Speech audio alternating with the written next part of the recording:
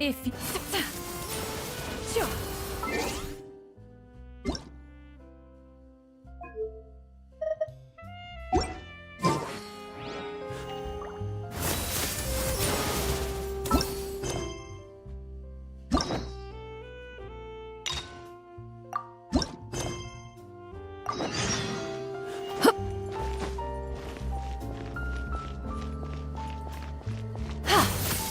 Yeah! Skyward! Scatter! Well, if it isn't my dear partners. That voice! It's Navia!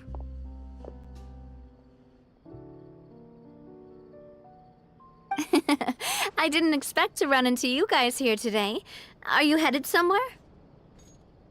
How about you, Navia? Are you still busy rebuilding Poisson? We've wrapped up most of the rebuilding, but there are still a few things left to take care of.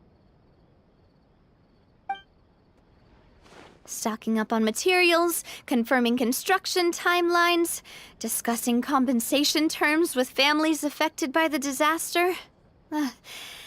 Between all of that, I've been making a lot of trips between the court and Poisson. Well, though the victims have received relief payments from the court, in my opinion, as the administrators of Poisson, Spina di Rosula should take some responsibility as well. Our financial situation right now isn't the best, so all we've been doing is signing agreements for the damages to be repaid at a later date. Though just pieces of paper now, they demonstrate our commitment. They're necessary to restore the people's faith in us. Whoa! Spoken like a true president! You're a really responsible leader. That must be taking up most of your time, though, right? Oh, you bet. Between that and all the other errands I have to run at the court, I'm always forgetting one thing or another. So before I came over this time, I took a page from Melusa's book and decided to make a list of everything. This way, it's easy to see which tasks you haven't checked off. And then, since Melus loved using shorthand, I decided to also follow his example and come up with some shorthand of my own. But after running a few errands in the city, I'm kind of struggling to even read my own handwriting anymore. That does sound like you, all right. So what kind of shorthand did you use? Oh, wanna take a look? Let Paimon see! Wait! There's nothing here but a bunch of weird symbols. This looks like a piece of kelp wrapped around a stick. And this other one, is it supposed to be a boar in a box? The first one has to do with confirming the final payment amount for the fishermen, while the second one is a reminder to try the new burger that just hit the market. Okay, Paimon can definitely see how you might forget what each of these mean.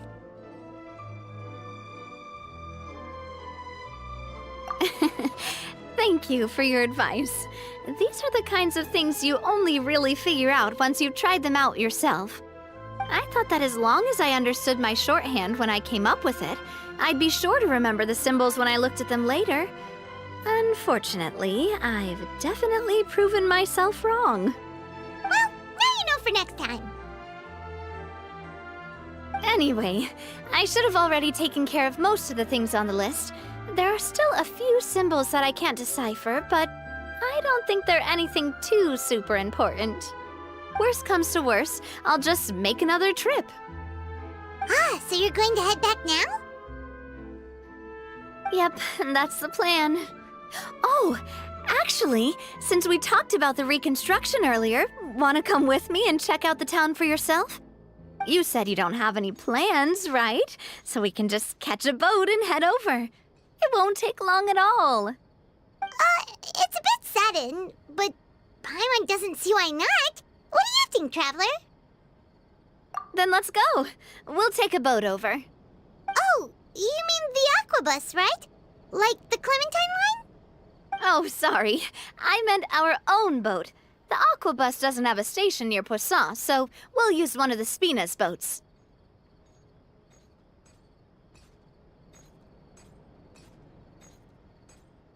All right, follow me. I'll take you there.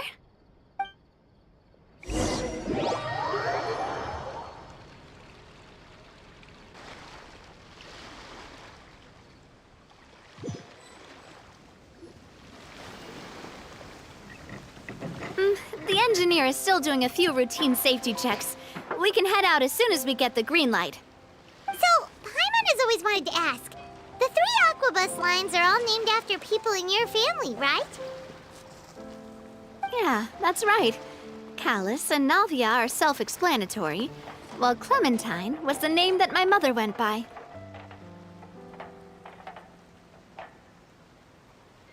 If you provided the Mora to build the lines, then why isn't there even a dedicated line to Poisson? Spina di Rosula built all the lines, yet you still have to take a special boat just to go home. Paimon doesn't get it. Well, what I heard is that most of our businesses don't actually use Poisson as a hub, so there was no real reason to build a line straight to Poisson. You are right that it is a bit strange, though. If you've already committed to build 3 lines, why not just add a 4th? Yeah, that's what Paimon's saying. The Aquabus is so convenient, it's really a huge shame. Well, it is what it is. You know what my father was like. Even I often struggled to figure out what was going on in his head.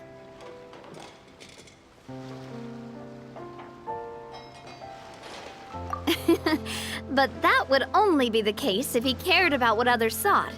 My father was always really stubborn. Once he made up his mind, good luck getting him to change it.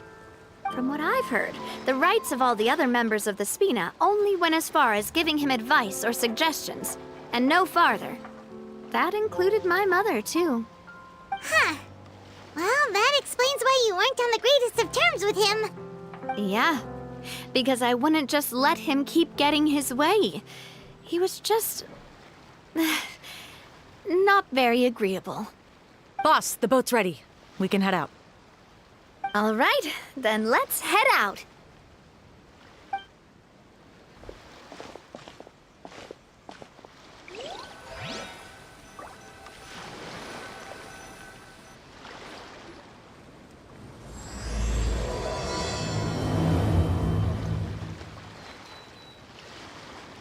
It'll be a while before we get to Poisson. Let's keep talking. Navia, what was your mother like as a person? Oh, Paimon's sorry. She totally forgot that you mentioned before that she passed away during childbirth, so you probably don't remember her at all. That's all right. I've heard many stories about her from the rest of the Spina. They've always said that they were sure we would have gotten along famously. While my papa was stiff like a board, my mother was supposedly super cheerful and funny. Their complementary personalities allowed them to make up for each other's flaws. My father would run the businesses and expand our reach, while my mother would keep the peace and make sure that everyone was happy. Their work made sure that the Spina could grow and thrive. Sounds like they were not just a well-matched couple, but fantastic business partners as well. Yeah, but those are just stories and anecdotes after all. It's hard for me to piece together a more complete or intimate picture of her. But sometimes I'd still look at the Clementine line and wonder, would the Spina and Poisson still be what they are today had my mother survived?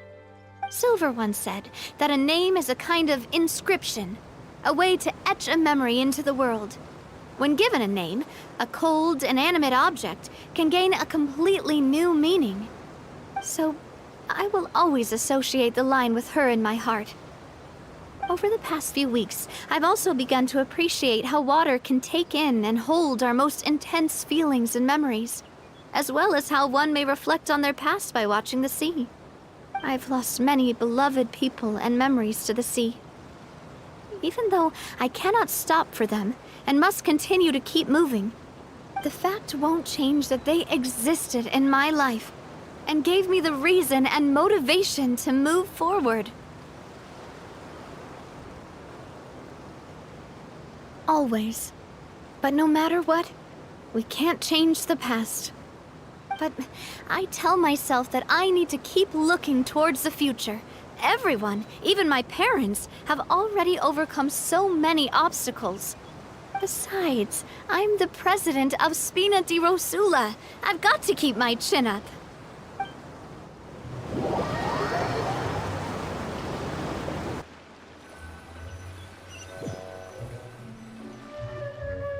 Ah, we've reached the shore. Let's go. I'll show you the new Poisson.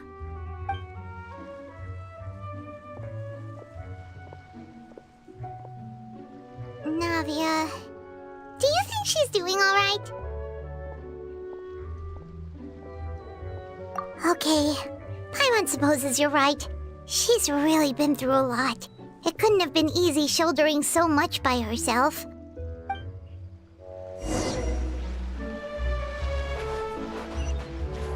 Yeah! Skyward! Scatter!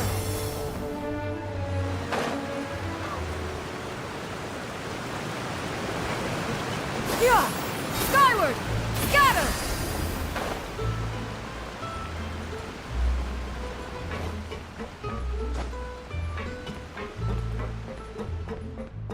Yeah!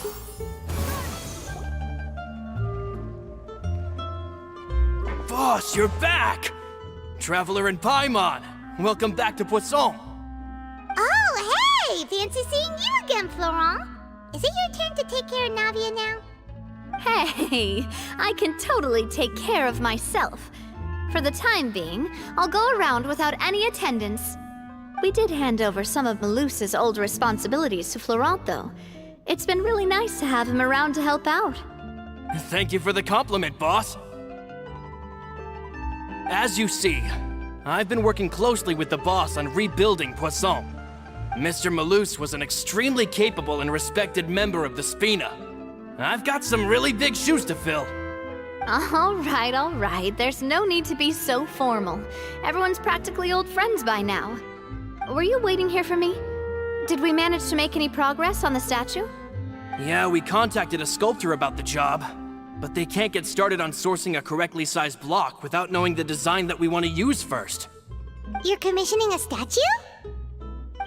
So basically, we've been meaning to commission a statue of my parents in commemoration of everything they've done for the Spina and the town of Poisson. But since my father was known as Callus the Unfaithful for the longest time, it would have been too controversial to commission a statue of him. But now that his name has been cleared, and the town is also being rebuilt, I thought this would be the perfect chance to actually realize this dream. The funds to build the statue were freely donated by the people of Poisson to show their appreciation for Miss Clementine and Mr. Callus and everything they did.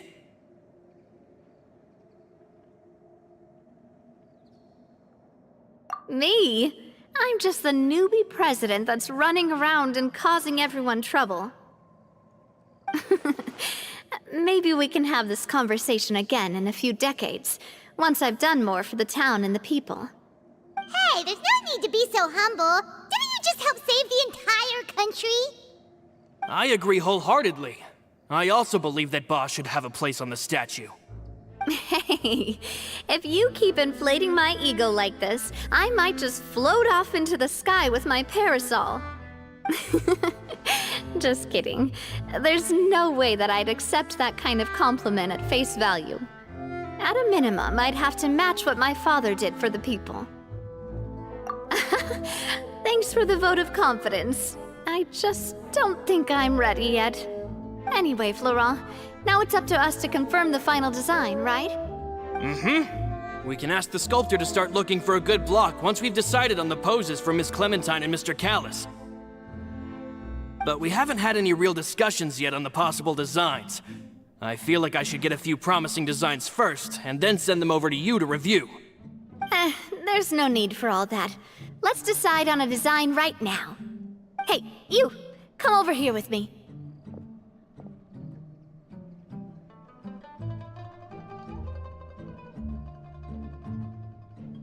Modeling a few poses, of course. Here, just pretend to be Callus, and I'll be Clementine. Didn't you say on the boat that Callus and Clementine sounded like great partners? Well, then there's no one better to fill this role than my most valuable partner. Florent, let's grab some reference shots. You've got it, boss. I'll go get the camera. Well, what do you think? Got any ideas?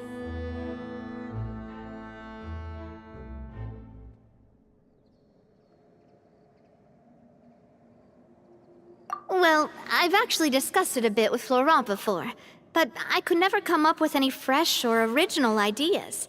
It's probably because my idea of them is already kind of set in stone. So, I want to pick your brain for a bit and see if you can come up with some new and interesting ideas. I'm all good here, boss. Feel free to start posing whenever.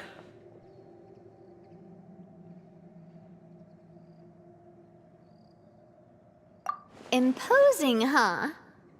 Oh, I've got it. Let's try this. This pose! It makes me recall Spina di Rosula's glorious golden age. But isn't Clementine's pose a bit too bold and heroic? Was she really that kind of person? If we were to stick with this pose, maybe people would wonder if she was actually the real boss behind the scenes. Well, tabloids did indeed speculate as much back in the day, but the Spina pulled a few strings and made both the report and the journalist disappear.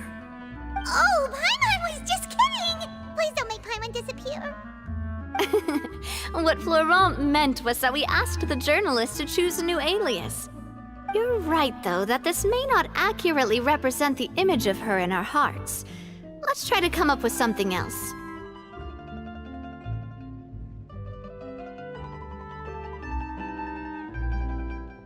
Ah, by that, do you mean as if we were standing on a boat and looking out at the sea? Sure, let's give that a try. Whoa, you really remind Paimon of a captain and their first mate.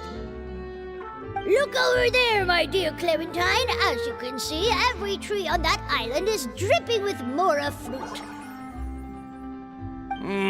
But there's something off with the composition. This pose makes Mr. Callus look too tall next to the lady. Oh, I see what you mean. Then let's swap. Well, Paimon is a fan. A statue like this would look fantastic on a boat. Wait, but we can't do that. Very few people would see the statue if we were to put it on a boat. This statue is meant to be placed in the town. But then, since we're putting it in the town, the whole point of the pose would be lost. Oh, okay. We'll try to think of something else. A happy pose? You mean something like we were laughing together at a funny joke? Would all that be able to come through with just a picture? Would we even be able to tell what they are supposed to be laughing about? Yeah, and that'd probably be a massive pain to sculpt as well. Could one of you try striking a pose like you're talking while the other one laughs?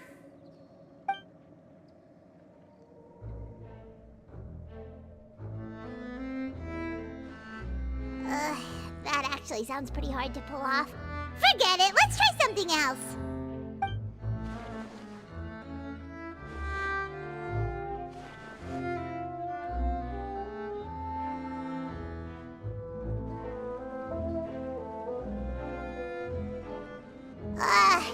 We tried a bunch of different ideas, but none of them felt right. Paimon's all out of brain juice now, too. Oh, don't worry. We still got a lot of reference shots out of the session, and each of them can be considered to be a souvenir in their own right. Let's just keep the ideas we tried as backups. Man, if I knew I was going to do a photo shoot with the Traveler, I would have prepared a lot of outfits and props ahead of time. Oh, outfits! Oh, that's the errand I forgot back in the city. Do either of you still remember that girl? The girl I went to see with you two. Her name is Adele. Oh, Paimon remembers her. She was the one that we met while investigating Mr. Callus's case, right? Yes, that's exactly who I'm talking about.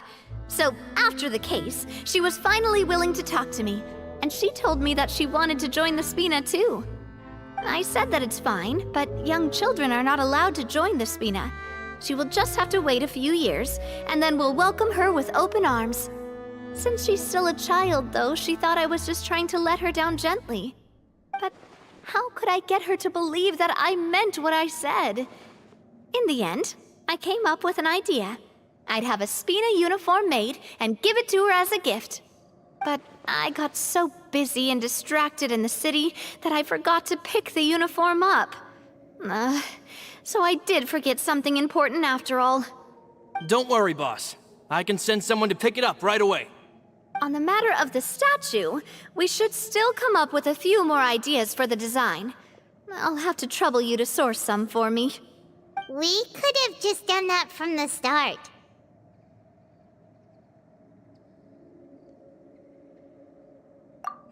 Yeah, you're right. They'll have some value as souvenirs at least.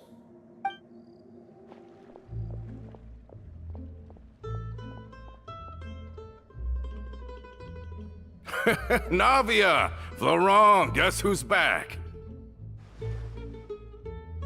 Huh? But aren't you supposed to... Oh, well, if it isn't Coulter. Back already from the Fortress of Meripede? That's right. I finally finished serving my time. Gotta say, turns out I was a lot tougher than I thought. After I got out, I immediately made a beeline back to Poisson. You'd say that familiar, briny smell became a primal call, urging me to forget everything else and just come back home. You wouldn't believe how much I've missed Melissa's grilled fish. I dreamed about it every time I had to get a welfare meal down there underneath the sea. It's good to have you back, Coulter. You look as well as ever. And this guy is? Let me introduce you. This is Coulter, another of Spina di Rosula's members. He was found guilty and sentenced to the Fortress of Meripede some time ago. But, looking at it now, it was probably another one of Marcel's plots while he worked at the Confrérie of Cabrières. Wait, Mr. Marcel? What do you mean? He was involved in some sort of plot? Have you not heard anything at all about the water from the primordial sea case? Well, I know that Fontaine got flooded, but then the water levels miraculously receded. I thought that was all there was to it and didn't care to ask for any more details. Do you mean Mr. Marcel was somehow involved with all that? Oh, looks like we'll have to explain everything from the top. That case, a lot of things have happened in Poisson since then. First things first, let me introduce you to these two. They're my most trusted partners, and they've been with me through thick and thin. Now you could call them Spina di Rosula's VIP helpers. Oh, nice to meet you. I don't recall Navia ever generously complimenting anyone like that before, so you must be pretty amazing to get that from her. Yeah, we are indeed pretty amazing. But we've been cool since before we even met her. Humble again as always, I see. Even when I was totally sincere with my praise. Nice. Spina di Rosula always seems to attract great people. Oh, that reminds me. Where are Malus and Silver? Aren't they always by your side? About that. Coulter, a lot of things happened while you were gone. As you can see, even Poisson isn't quite the same as how it was before you left. They lost their lives, keeping me safe during the flood. What did you say? This isn't some kind of morbid welcome home prank, right? You're just scaring me on purpose because I don't know anything about what's happened. I'm sorry, but it's the truth. They weren't the only people we lost either. Many others, including Melissa, also lost their lives in the disaster. Malus and Melissa, dead. They're just gone? Malus, I was planning to give him a surprise gift once I ran into him again in town. I can't believe it. Hey, keep it together. Malus and Coulter were friends for many years, and even served on many missions together during the early days of the Spina. I can understand how he feels. Let's sit down somewhere, so I can tell you everything that has happened while you were gone. Fair warning, there was a lot. Okay.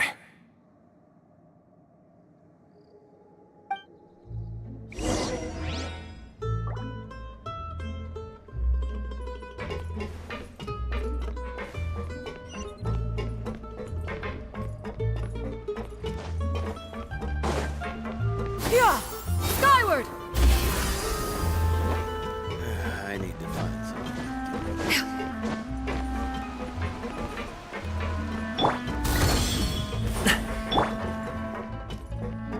Yeah!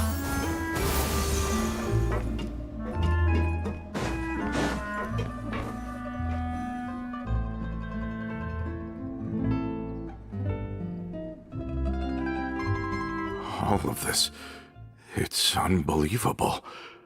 I can't believe that those stories were real. It all really happened. Has the world gone mad?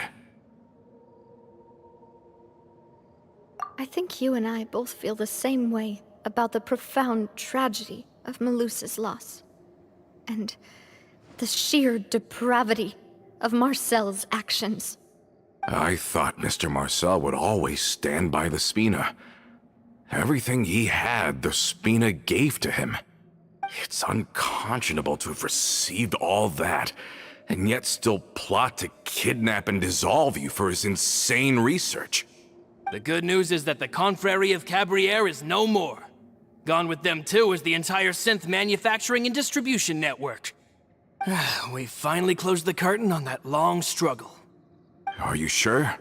But if Marcel wanted to rebel against us, he probably sent word in secret to Romeu.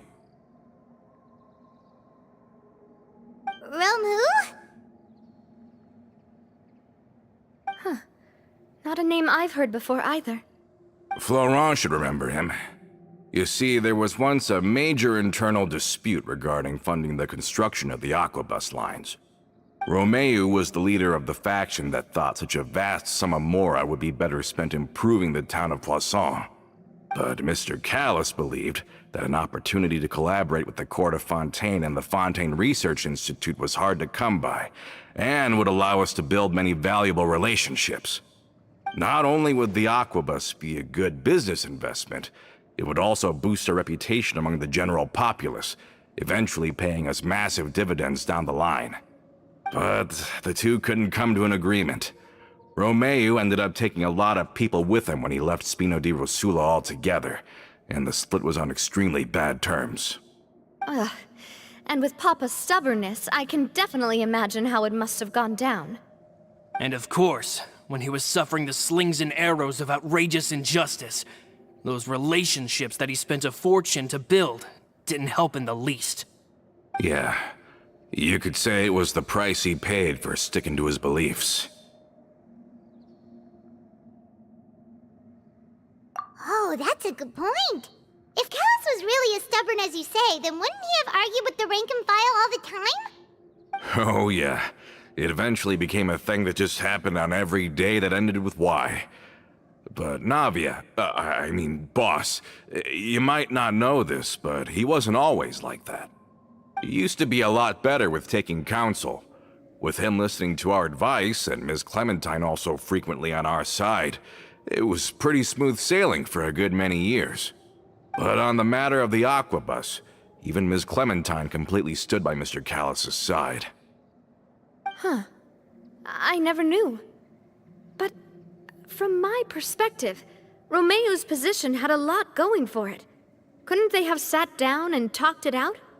I think the Aquabus was just the straw that broke the camel's back. On that topic, they eventually came to a rather radical conclusion.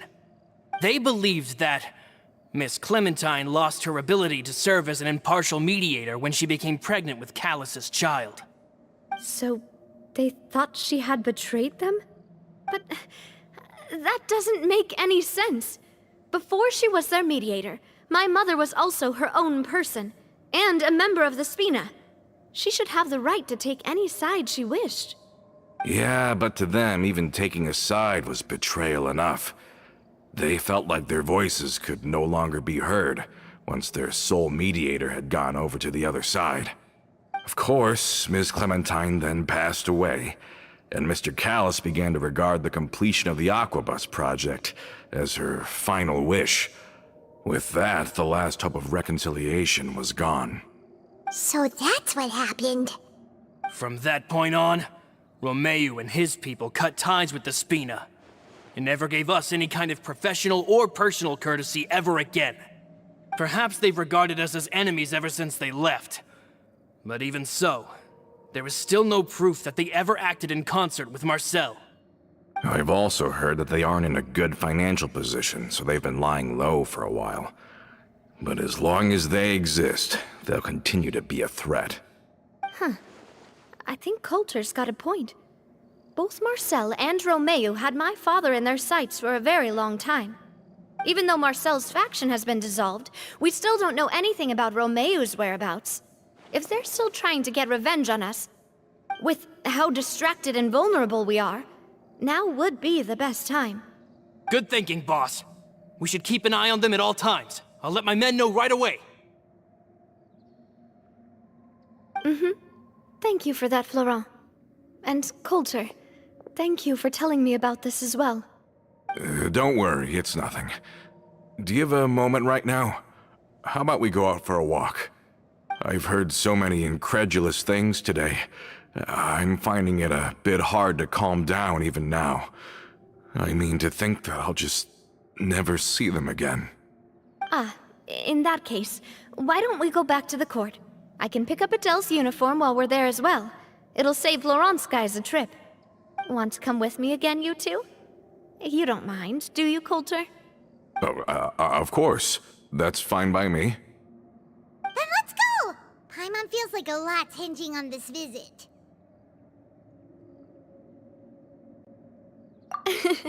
We really are the best of partners.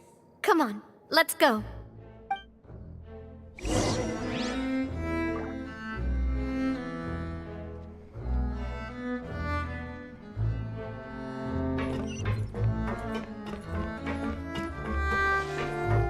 Yeah.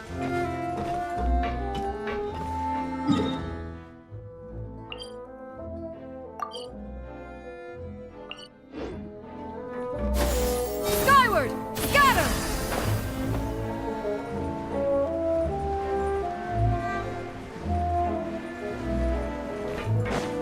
Yeah! Skyward! Scatter! Congratulations!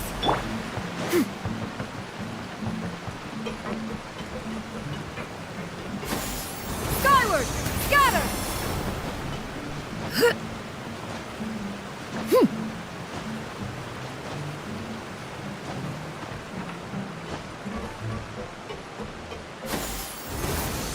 Scatter! Are we not taking the boat this time? It's nice to walk from time to time, isn't it? Think of it as something like a hiking trip. Once we're there, we can stay a few days before we return. Sounds good. I haven't walked this road in a long time. Skyward! Scatter!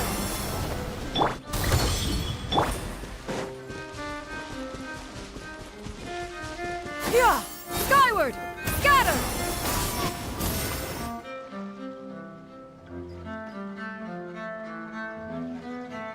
Well, we've walked far enough for now. Let's take a break. Since we're out for a walk, we shouldn't stress too much about the destination. I've grown old, so I'm not as fit as before. It's a good thing that at least my work down in the fortress was quite the workout. Well, Paimon thinks you're doing great. We didn't have to slow down for you at all. Back in the days before the Aquabus lines were built, we often had to hike north with our goods, then catch a boat to the court. Malus and I must have traveled this way hundreds of times. When we were tired, we would lay down for a while on the grass, and when we were hungry, we'd catch a fish or two. The Spina was still on the rise back then, Mr. Callus was generous, and everyone had the chance to strike it rich. So, of course, we all worked really hard. And now, in the blink of an eye, the Aquabus lines have been built, and this road has fallen into disuse. Oh, I know. I was just being a little nostalgic. Then let's stay here a bit longer. Anyone want snacks? Oh, is this another chance to try some of Navia's macarons? Paimon's been dreaming of them. Yep, I figured you wouldn't say no to a few more. Oh, wait. Let me check if I have all the ingredients. Malus and Silver used to take care of tasks like this. Okay, the stove's looking good. And as for the ingredients, seems like we're all out of flour and sugar, the two most important ingredients of all. Oh, would you? Oh, but it would be too much to ask you to go on a trip just for those. We should contribute to making the macaron too. Don't worry, we cook out in the wild all the time, so she should have some stuff on hand. Oh, that's great. Then I'll leave the ingredient gathering to you. As long as we have some sweet flowers and wheat, I can start the baking. Then I'll go look for some boxes nearby for a makeshift table and chairs. Great. Then I'll prep the stove. Let's get to work, everyone.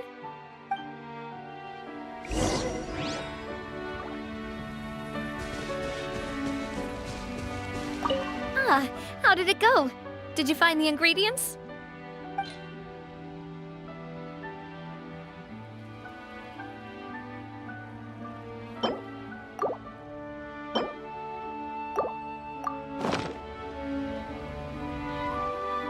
You've all done your part. Just leave the rest to me. Whoa, these macarons look and taste magnificent! Your cooking is as good as ever, Navia. Boss's baking skills have always been famous. Everyone in the Spina knows how exceptionally talented she is. Oh, it's just a hobby. There's no need to praise me for it like that. Have you two seriously never considered joining us? You're so close to the boss, and she obviously trusts you with all her heart, so...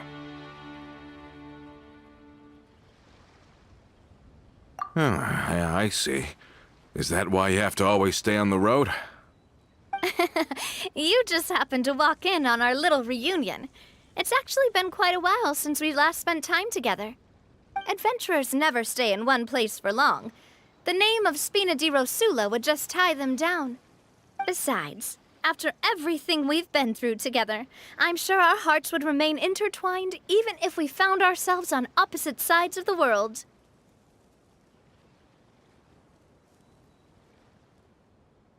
Even if Paimon was far beyond the horizon, she'd still remember the delicious taste of Navia's macaron. I understand now. Then I am very lucky indeed to have been graced with the chance to meet the two of you. I will endeavor to make the most of this short yet fortuitous encounter, and enjoy every moment we spend together. We've got no wine with us, but let's still toast with water, in celebration of this moment.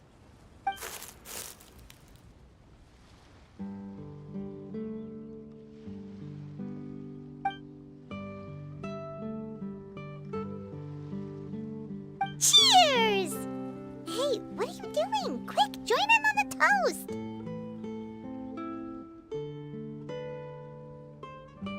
May your travels go smoothly, may the Spina continue to grow, and may our friendship last until the end of time.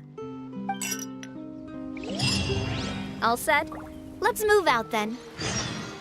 I asked some old acquaintances in town to make Adele's uniform, so we should be able to pick it up right away.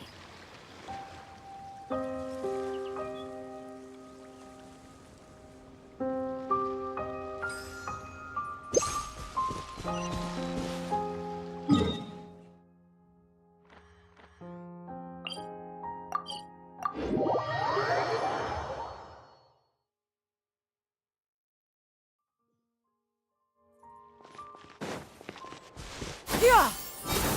Scatter!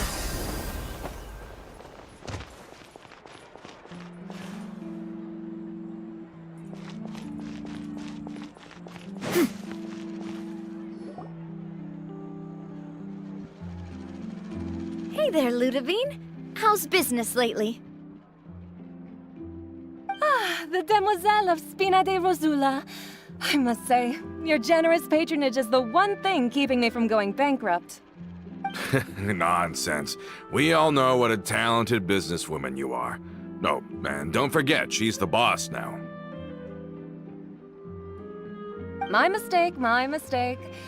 I just got so used to calling her Demoiselle. Are you here for the uniform? Yep. I forgot to drop by earlier when I was running errands around here. I didn't expect Demoiselle to come and pick it up in person. It's just a uniform after all. Any of your folks could have come instead. Navia's always liked to take even small things seriously. Hey, that's not the only reason I'm here. We mostly just needed a walk to clear our heads.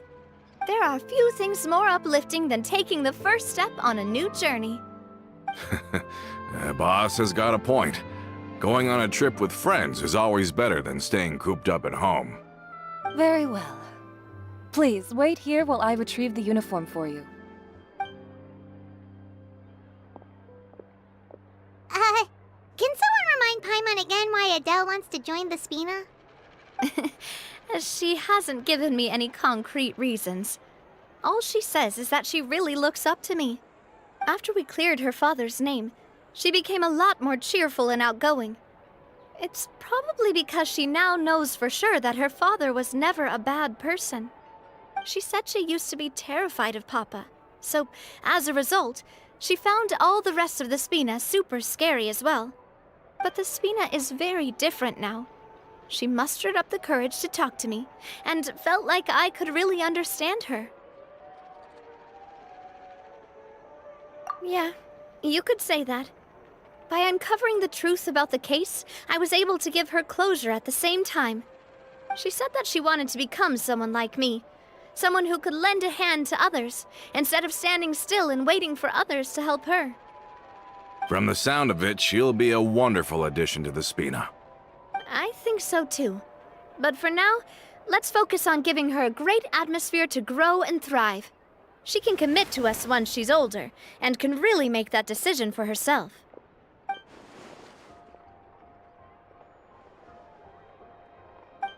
Is something up, Traveler? Huh?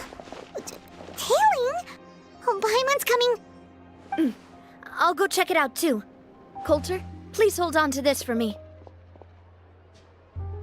All right. Paimon saw them too! They headed up! Stop right there!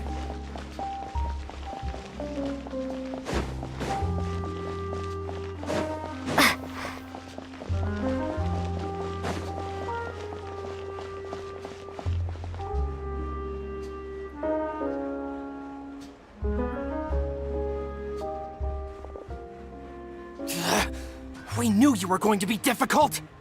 Seems like if we want them to talk, we're gonna need to teach them a lesson first. Brothers, there's no need to skulk in the dark anymore. Let's take them out!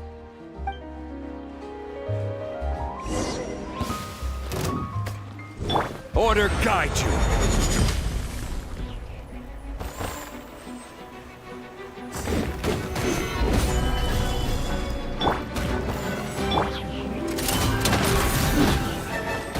Yeah! Scatter! Skyward!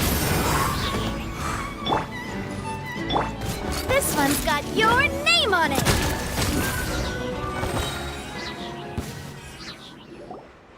Now, talk. Who are you? And why were you tailing us? Don't think we'll let you off easy if you keep silent.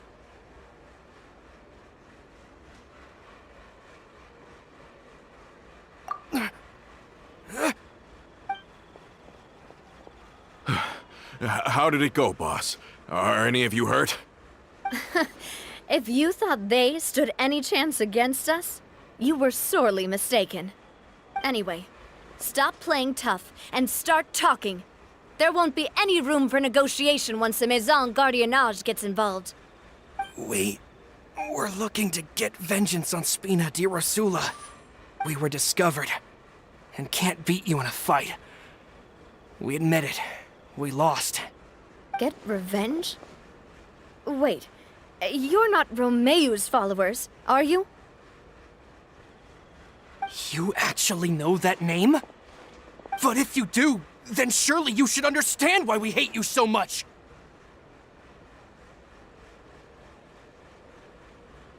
Indeed. You haven't got the faintest hope of winning right now. We were out drinking when we saw Navia. We got so angry we decided to follow you guys and look for an opportunity to really mess up your day. Too bad you guys messed up ours first.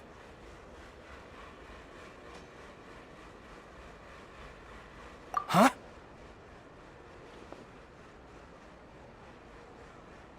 You're pretty sharp, but so what? We didn't do anything. And now it should be pretty obvious that we can't do anything to you anyway. Seeing you like that just really ticked us off. And we let the drink go to our heads. Listen, Callus is long dead. No matter what happened in the past, I want to be able to start things anew. I am the current president of Spina di Rosula. If your boss wants to talk with me, I'd be happy to meet with him. I won't press charges for your attack. That should also help demonstrate my sincerity. I understand. Thank you. I'll let our boss know. But if you so much as think about pulling something like this again, I won't be so lenient next time. Understood? All right. We get it. Come on, let's go. Are you sure it's okay to just let them go like that, Navia? I don't want to inherit my father's grudges, too. Moreover, when it comes to the Aquabus, I don't think what my father did was entirely correct either. If the other side is willing to talk, I'm happy to open the door for a reconciliation. Opportunities for new beginnings are all around us. I support Boss's decision as well. The concept of an eye for an eye is a primitive practice that has no place in today's Spina di Rosula. Yes. Plus, we already know that they're strapped for cash. If their financial situation is that dire, they don't have what it takes to challenge us. So this may be the best time to talk. I still think we should keep an eye out for Romeu's folks, though. If he decides to ignore the warning I gave his men, then we could still have a fight on our hands. Yeah, those guys definitely didn't look like big fans of yours. I'd rather things not go that far, since, though we haven't talked to each other for years, once upon a time we were all a part of the Spina di Rosula family. Yep, that's how I feel as well. Anyway, now that we've sent them packing, we don't have to worry about those guys anymore. It's getting late already, so why don't we stay the night in the Fleuve Cendre? We can head back to Poisson tomorrow. I'll also ask someone to write Florent a letter and inform him of everything that happened here today, so he can increase security around Poisson and be on guard against any suspicious individuals. Do we have to stay in the Fleuve Cendre again? Even the pillows there smell like seaweed. Sorry, that's just what happens when you live near water and don't get much sunlight. Poisson's pretty much the same though, so I've long since gotten used to it. We can still go out in the evening for some grilled fish and drinks, though. Bet you there'll be people singing sea shanties, too. How does that sound? Huh. That does sound pretty cool. Okay, Paimon's on board now. Let's go. Paimon wants to sing too.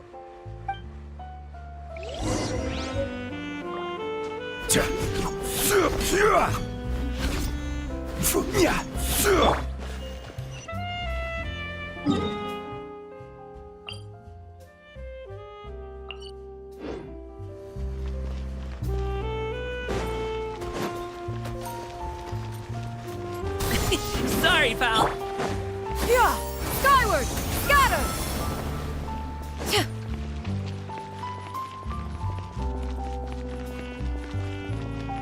Yeah! Skyward! Scatter!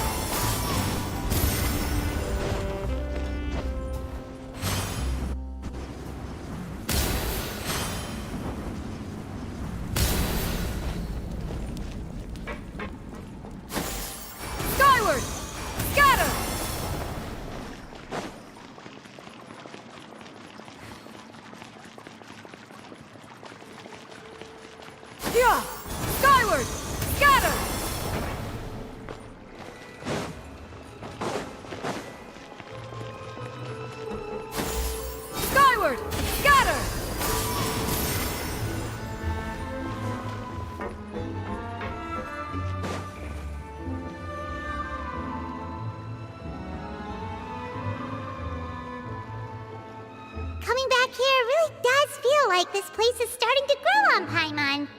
If you think about it, it would be kind of weird if the Spina's base at the court was some super luxurious building like the Palais Mermonia. Totally. Right on the money, Paimon. Although, of course, with the continued growth of the Spina, Papa wanted Poisson to eventually grow into a metropolis, not unlike the court.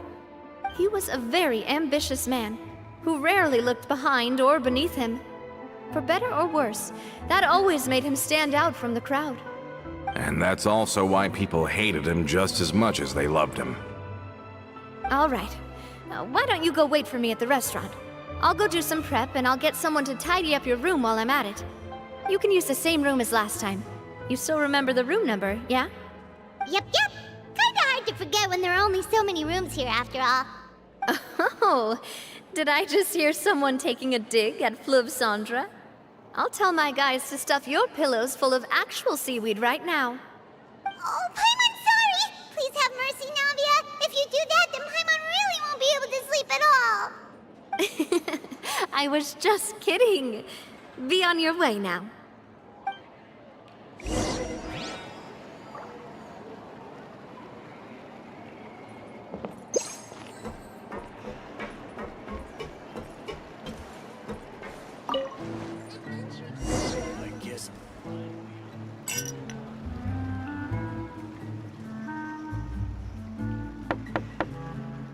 Hello? Are you asleep yet? Oh, no, not at all. I just figured that since we don't get to enjoy nights like these very often, we should try to enjoy it to the fullest. Wanna go fishing? I've got some rods and lures ready. Oh, so that's the prep you were talking about. Sure, we'll come. Hopefully I didn't wake you or anything.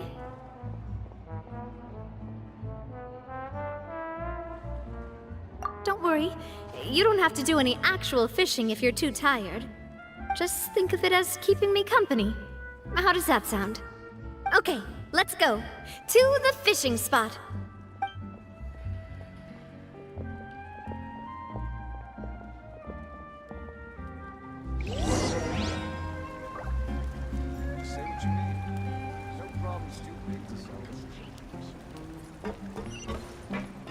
Hit!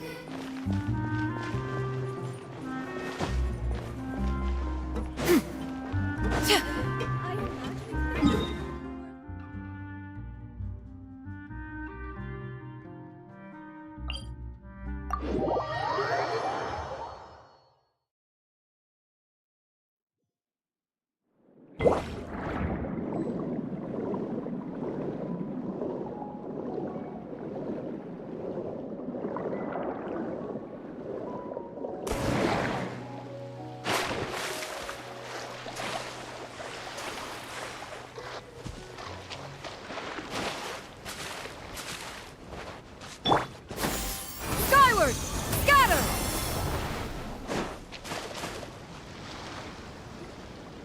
How can you call this fishing when you're using a fully automatic rod? What's the problem? Lots of people in Poisson use rods like these. But shouldn't fishing be all about, attentively watching the float and then excitedly reeling in the catch when you finally hook something? Well, that's one way to enjoy fishing. What do you think, Traveler? Then, let's try regular rods next time. We can have a real fishing competition. Honestly, Paimon's mainly shocked at how much energy you still have at this hour. Usually by this time of night, it's a struggle for Paimon to even keep her eyes open. Huh. It might just be something that runs in my family. That's a thing? I'm sure you'd get even sleepier if I delved more deeply into it. Anyway, I was just thinking about how grateful I am to my mother, as well as the rest of the Spina.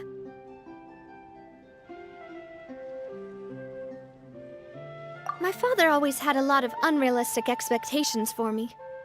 But the more that he tried to get me to become like him, the less I wanted to listen to what he had to say. My mother never had those kinds of expectations, though. I've heard that she had only one wish for me, which was that I would have a happy and secure childhood. All the members of the Spina greatly respected her wish, so no matter what I did as a child, they were happy to humor me. Can you imagine? Whenever my father wanted to scold me for something I'd done, everyone would form up into 2 rows and just stand silently and listen to him rant. Malus and Silver were always there too. No matter what Papa yelled, nobody else would say a word. Eventually, Papa must have recognized scolding me over trivial matters was pointless, because he eventually stopped getting on my case so often. Paimon would have never guessed. Yeah. Looking back on it now as an adult, I can hardly believe how patient and kind everyone was. When I was young, I often thought that I could do whatever I wanted, because there'd always be someone there to clean up after me. But once, I saw Malus come back wounded. He wouldn't tell me how he'd been injured, but I could tell it had something to do with me. I learned then that there's always a cost to making a mistake. The more you care about those around you, the more you should care about doing the right thing to the best of your abilities. Because if you do falter, there'll inevitably come a time when you'll have to face the consequences. And when that time comes, those most precious to you really will throw themselves in front of you and pay the price for your mistakes. Sorry. I shouldn't have brought that up. I wasn't planning to talk about sad things tonight. Basically, I was just saying that the nurturing atmosphere of the Spina must have been my mother's legacy, rather than my father's.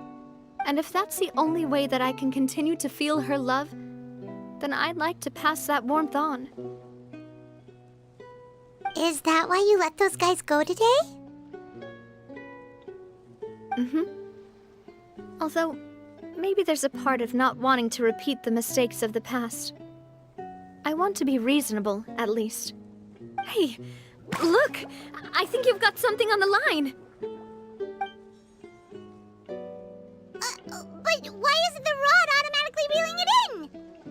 Oh, there must be something wrong with how I installed the mechanism. It was my first time putting one of those rods together. We can't let it get away. Come on, you two. Let's catch it. You want Paimon to help too?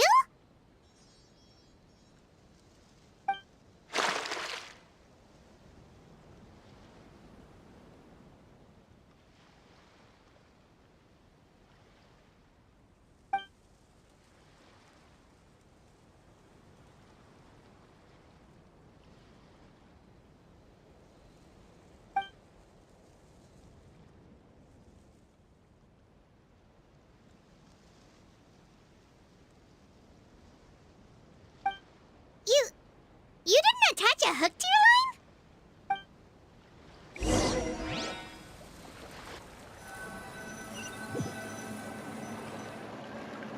Stop wasting time! The boss ain't gonna wait all day. We'll go ahead with the operation tomorrow. Do with that information as you wish.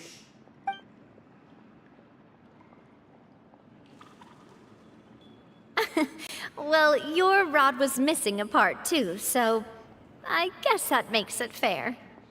Well, if we're just talking about the number of missing parts, sure. Oh, never mind. Paimon really can't keep her eyes open anymore. All right, go to bed. I had a great time today. See you tomorrow.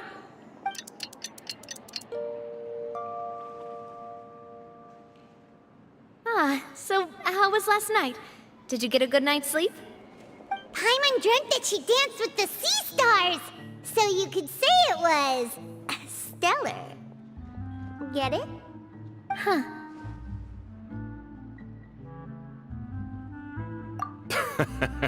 I didn't know you had such a great sense of humor. See? This guy gets it! Anyway, let's head out. I'll arrange for a boat to take us back to Poisson. I'm sure Adele will be happy to see you two again. Paimon hopes she'll really appreciate your gift. I hope so too.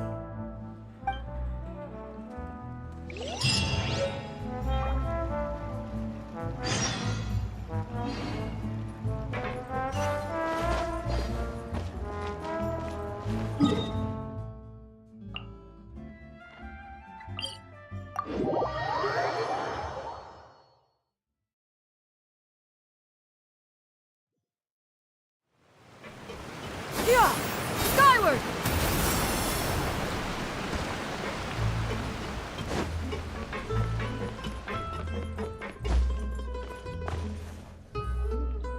Adele, we're back! We brought you a gift from the court, too. Whoa! Thank you so much, boss! Don't call her boss, okay, Adele? Just Miss Navia would be fine. Oh, it's all right. I don't mind. Besides the gift, I've also got another surprise. Guess who's here? It's been a while! Oh, it's you two. It has been a while indeed. Thank you so much for your help on Jacques' case. I've heard that you also helped save all of Fontaine. You're truly just like the great heroes of legend. You're really amazing! And if Miss Navia's your friend, then she must be super amazing too! What's in this thing? Can I look? Of course. Go ahead.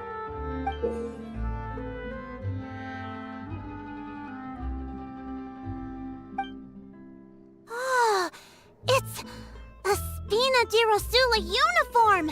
Is it for me? But isn't it a bit big? Well, it's a gift for future you. When you first told me that you were interested in joining the Spina, I was overjoyed. But it's the Spina's responsibility to protect everyone as well. Being a member means becoming involved in all kinds of dangerous situations. And since you're still young, I don't want your mom to have to worry about your safety. So I turned you down then by telling you that you'll have to wait until you're older. But this uniform is a promise that you can join us once you're old enough to wear it. Oh, so that's it! Well, thank you so much, Miss Navia! I'll work hard and grow up as fast as I can! But you can't really grow up faster by working hard. You've got to be patient. Everyone, I'm really grateful that you remembered my daughter's wish and took it seriously. Thanks to the protection of the Spina, even though her father's no longer with us, we've still felt plenty of warmth and security. Oh, it's the least we could do. As long as you live in Poisson, even if you're not an official member, you're still part of the family.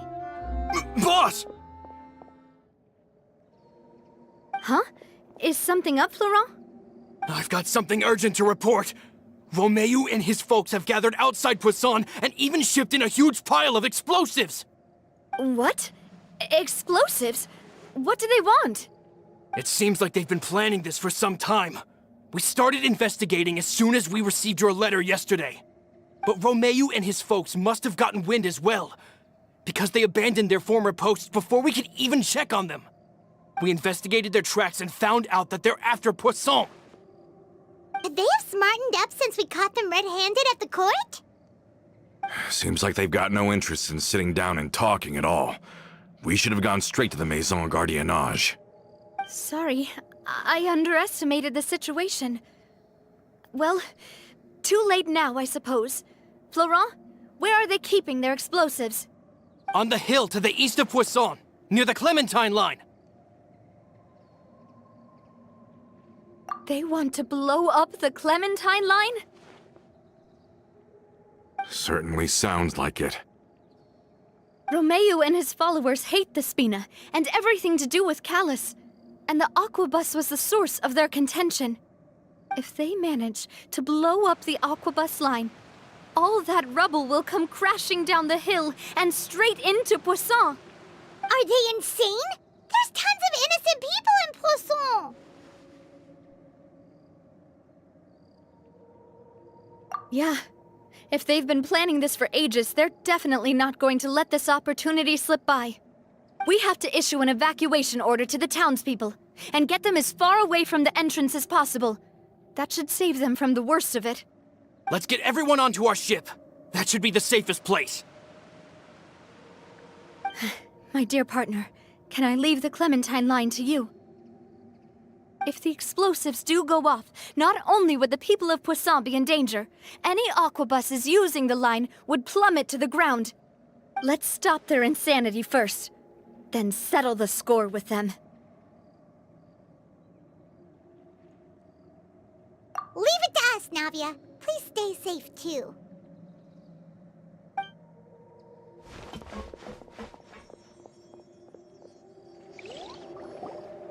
Let's go, you two. We've got to act fast. Miss Coralie, please take Adele to the ship.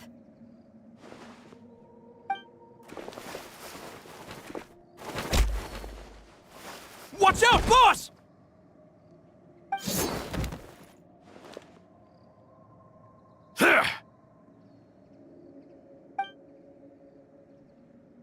What do you think you're doing, Coulter? I thought all the annoying little hindrances had left, but I still couldn't get rid of you. You mean this was all a trick? So that you'd be left alone with me? Coulter, are you with Romeo too? Oh. I get it now. You knew about their plans all along. You only told us they were doing badly so that we'd drop our guard. Not quite. Though I share their positions on some issues, I've never cared for his more radical ideas. And that's because, out of the entire Spina di Rosula, I only hate you. Only you, Navia. You better stick close to me. Romeo promised me that he would leave Poisson alone if I could just take you out. But it was like you were glued at the hip to that pesky traveler. You never gave me a chance to make my move. Romeo has lost his patience. I didn't have to be here today, you know. But I swore that I'd kill you, even if it meant being buried with you in the rubble. Why? Only someone as clueless about the past as you would ask such a foolish question. You never saw the heyday of Spina di Rosula, nor did you ever live through the golden age of Poisson. But I saw it all with my own eyes, and then I had to watch it all die, little by little. And it was all because of you, Navia. Clementine died because of you. Callus died because of you. Malus and Silver died because of you. And so many more dead. Everyone dead. All because of you.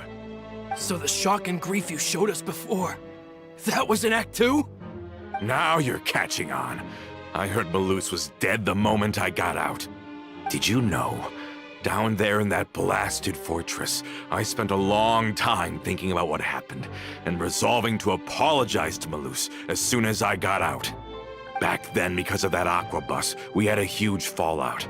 I was convinced that all he cared about was loyalty, and that he had completely lost his capacity for critical thinking. The years passed by in a blur after that. I thought I had finally begun to understand him, and that he could help me relive the good old days again. But then he died, and it was because of you again, Navia! It's always because of you! I once loved the Spina and Poisson more than anyone else. But what is left now of either besides death and ruin? You've single-handedly destroyed everything that was beautiful. Everything I've ever loved. Don't listen to him, boss! He's just spouting nonsense! Have you ever considered that maybe the people around you don't actually care about you at all? Have you ever considered that maybe you only get respect because you're Callus and Clementine's child? That you've never done anything worthy? That you're just a big nothing? Have you ever considered that? Maybe people don't stay in Poisson because of you, but only because they have such beautiful memories of the past before you came. Because if you do falter, there'll inevitably come a time when you'll have to face the consequences. And when that time comes, those most precious to you really will throw themselves in front of you and pay the price for your mistakes. Yeah, looking back on it now as an adult, I can hardly believe how patient and kind everyone was.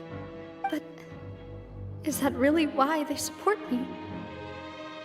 Is their kindness real? Shut your mouth! I, for one, really like Miss Navia, and my mom loves her too! I don't know how to explain it, but I like her, and that's that! I'm sure Mr. Malus would be extremely disappointed in you right now.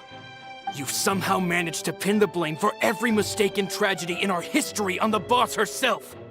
Get out of the way, Florent. I don't want to hurt you. You're gonna have to. Boss, there's no time for this. Stop hesitating and get out of here before you get buried. Maybe you think you're being the realist by painting the history of the Spina and Poisson like this. But the love that I felt from everyone was just as real. I felt it. They've helped me get to where I am. And even now, I will continue to believe in that love. So let me show you just how much I love the Spina di Rosula!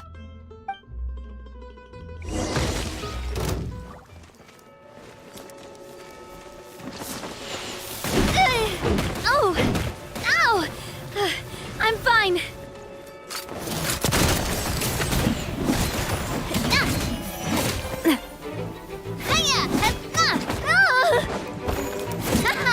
Umbrella warfare, I guess.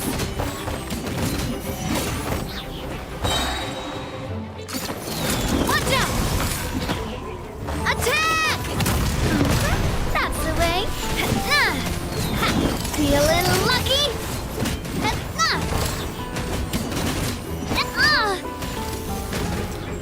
Feeling lucky? Just a little longer. A proper send-off from the Spina with love. Umbrella warfare.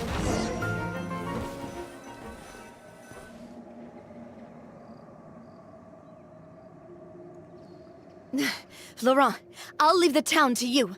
Summon the other members and help with the evacuation of the townspeople. If you find any of Coulter's accomplices, subdue them quickly, and don't give them the chance to harm any ordinary civilians.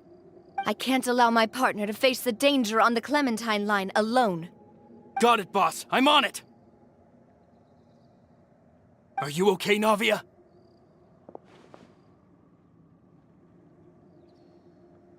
I don't know, but I have to go.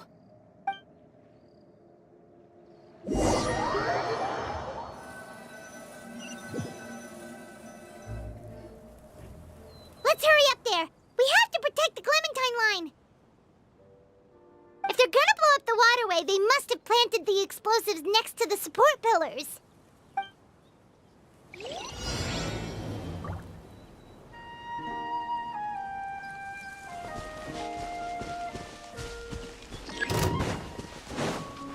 This is order.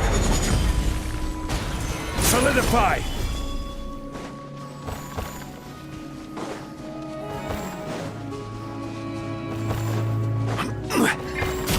Here! Scatter! Skyward! Final warning! Many happy returns!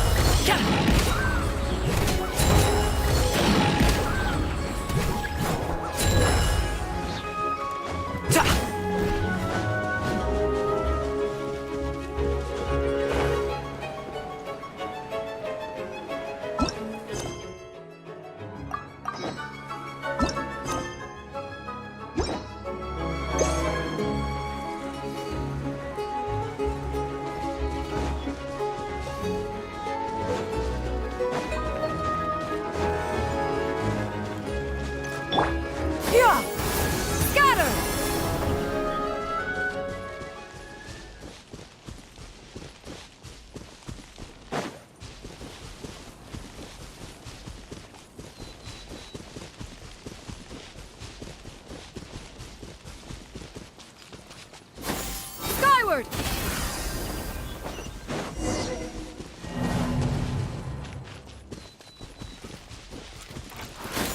Skyward! Scatter!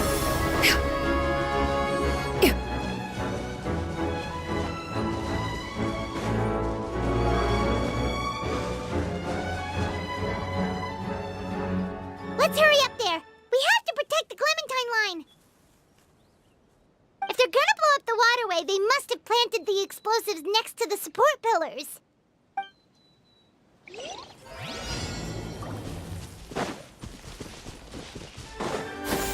Scatter! I will have order. Drop your weapons!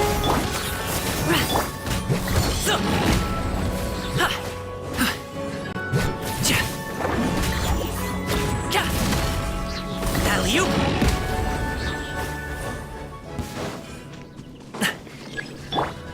Skyward! Scatter!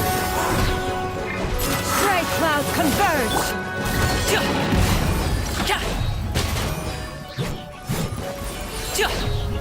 He certainly brought a lot of muscle. They're really slowing us down.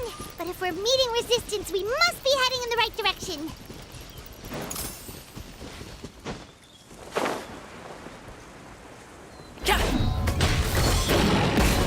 This is order.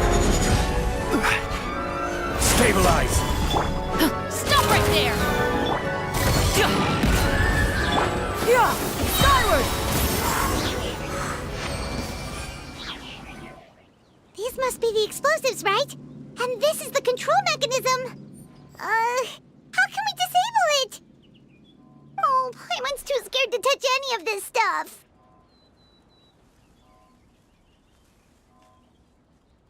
Huh? There's a strangely shaped hole here. What is it for?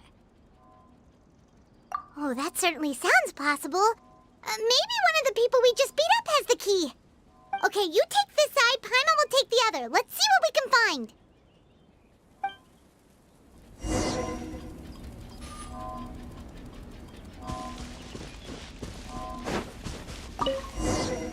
Oh, you found it! That's amazing!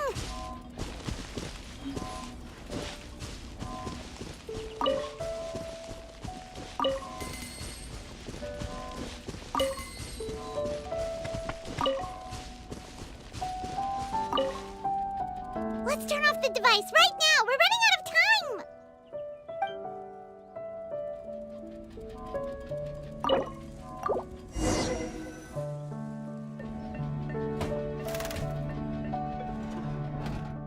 That should do it, right? Whew. Navi and Florent should be able to relax now.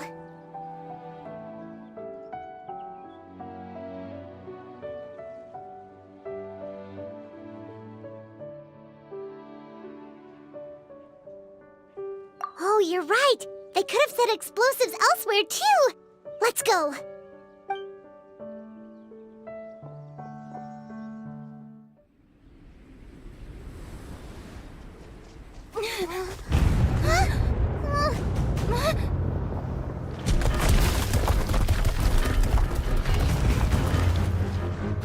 They're gonna bury Poisson!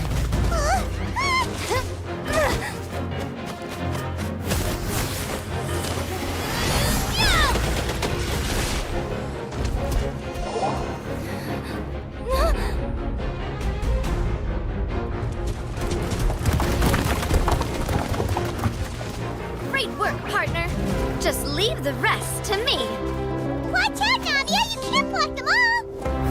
Block. I'm doing this the Spina way.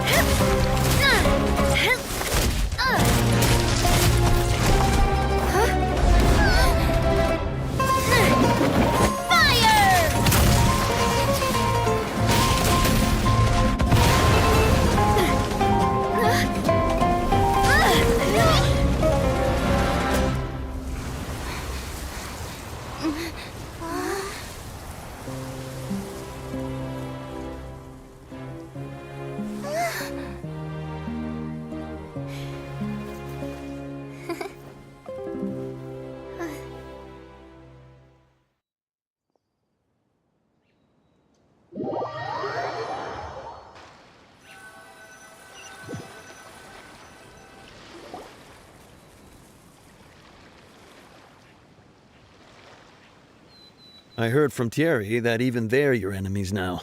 They were once a part of Spina di Rosula. Do you plan to settle this privately with them? I have nothing more to say to them. Regardless of whether their hatred and anger towards me or the Spina was justified, anyone who's willing to endanger innocent civilians is no longer sane enough to even be worth trying to talk to. Please prosecute them in accordance to the law. Spina di Rosula will not raise any objections. Sounds good. We're very appreciative of your help. Without it, the consequences would have been far worse. All right, this operation is a wrap. Take him away. We won, Navia! We saved everyone! And you were so cool! Yeah. Luckily, we were just in time.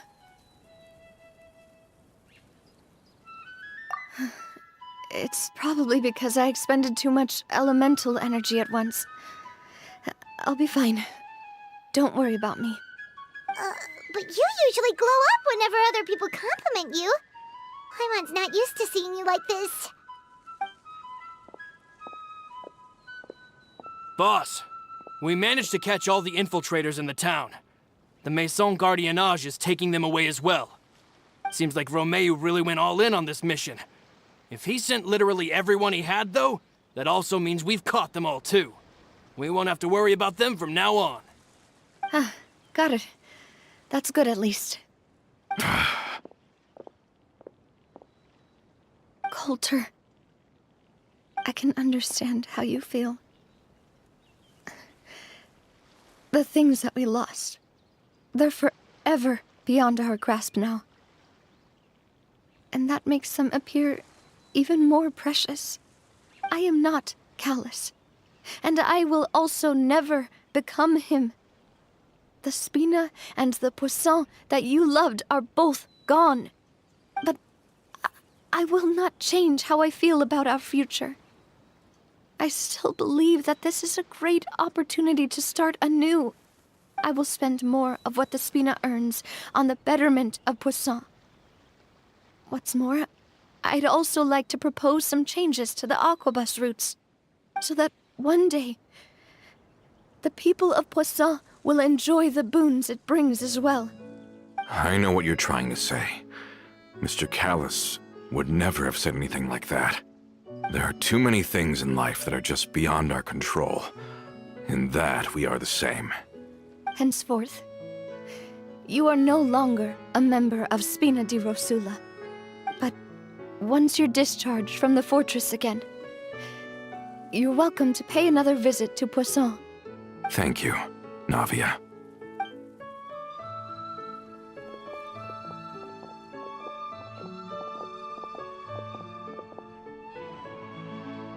As I thought. Boss really is a kind and gentle person. She is also, I must say, a truly unlucky person. Thank you for protecting the Clementine line. I was actually really scared, you know. I mean, even the Callus line won't be getting rebuilt anytime soon. If I'd lost the Clementine line too, I wouldn't know how to live with myself. A name is a way to etch a memory onto the world. Losing the line that bears her name, that I can see every day, would be like losing my mother all over again. Seeing it still standing there, tall and proud, it makes me really happy. What happened while we were gone? Honestly, you look more upset than tired or anything. Just give her some time.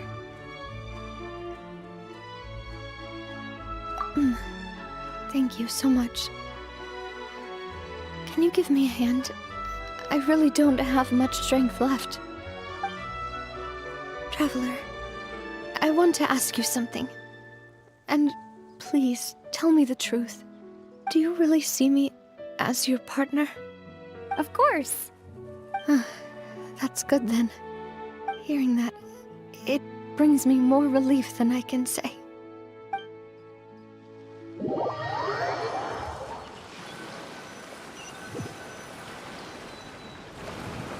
How do you feel, Navia?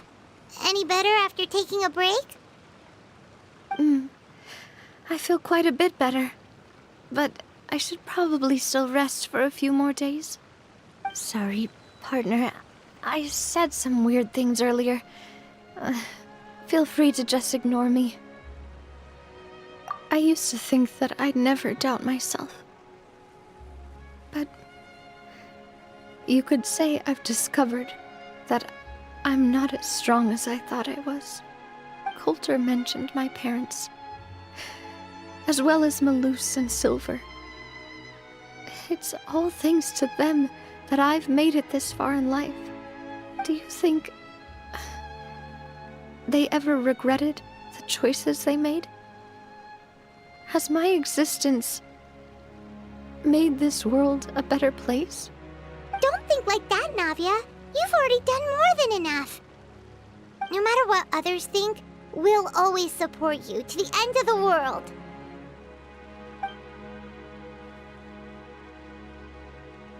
Well, since it's ended up like this, I suppose it's time for me to make a confession as well. There's something that I've been keeping from you as well, boss. Please, follow me. Everything is already prepared. Florent, I hope you can understand that I can't deal with any more shocking revelations right now. Don't worry. This surprise will be a pleasant one.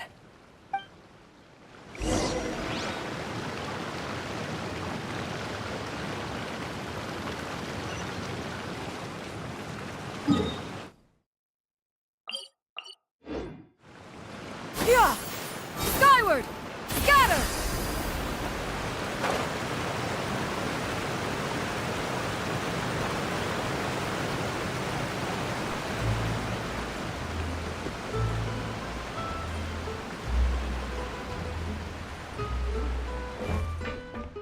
Yeah! Skyward!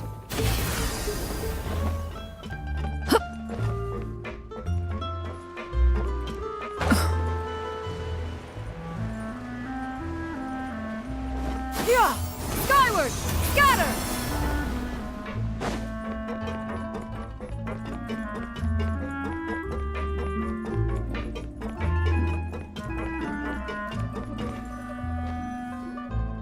Why is everyone gathered here?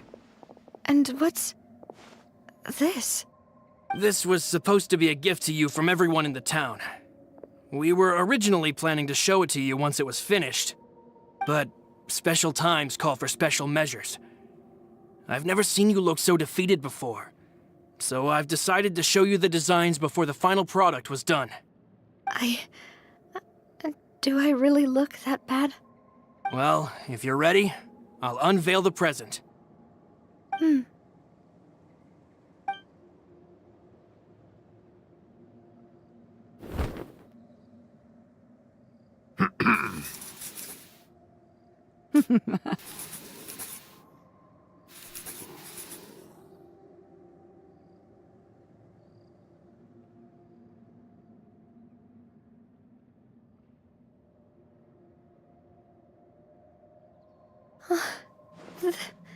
This is... Papa, Mother, and me. We designed the look for Miss Clementine based on old camera records, as well as personal recollections from members of the Spina. Wow! This is the statue you mentioned before? It is indeed. To be honest, we decided on the design a long time ago, and gave the sculptor permission to begin working. We only asked Boss to decide on a design so she wouldn't realize we had already started. How could we only have statues of Mr. Callis and Mrs. Clementine? Even though Boss is still young, we've all seen the work she's put in regarding the whole synth business and the rebuilding of Poisson. We wanted to commemorate her contributions with a statue as well. I don't know what Spina di Rosula was like in the past, but I know it's a great organization now. With Navia around, we're not worried about this place's future. We're gathered here today to tell our boss that we support you and believe in you wholeheartedly. I believe everyone is here for you, not the glory days. That's what we believe as well.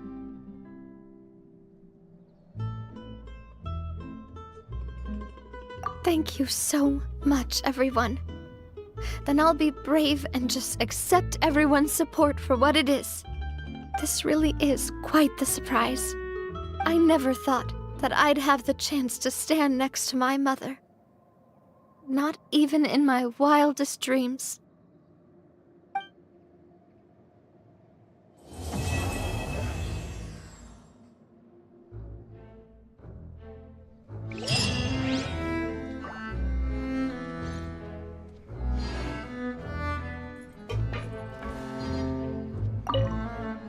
It seems like I started to question myself a bit too much.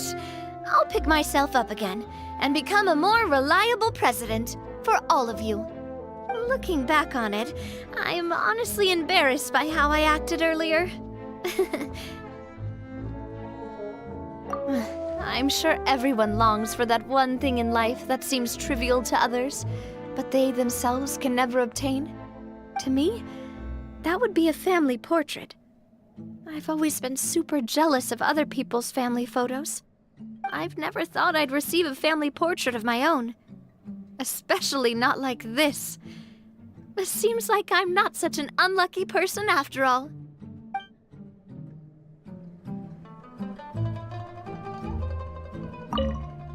It seems like I started to question myself a bit too much.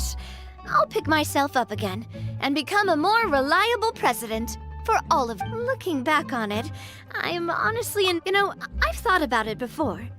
Though my mother only wanted me to live a happy life, that's actually a tall order as well.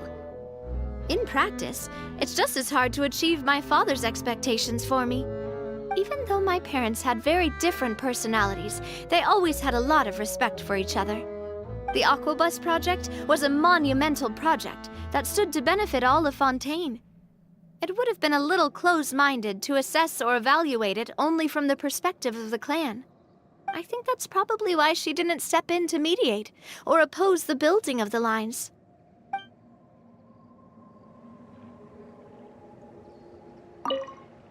It seems like I started to looking back on it, whoa. Why'd you have to remind me? Please don't say that again. It's super embarrassing for me. Oh, forget it now. Please forget that I ever said anything. Oh, wait. But it'd also be bad if you were to forget it. Okay, but please keep it a secret between us from now on. Please don't ever mention it again.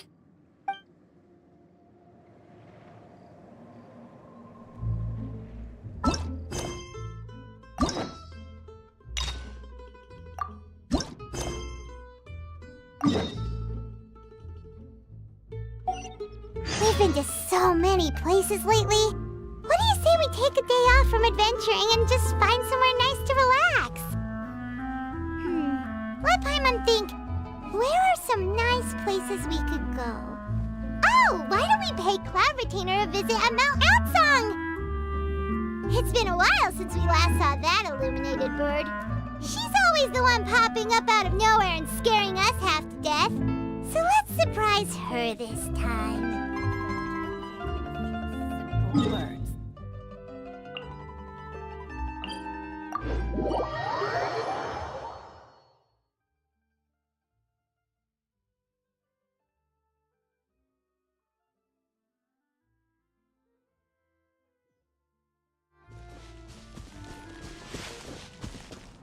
Yeah! Scatter!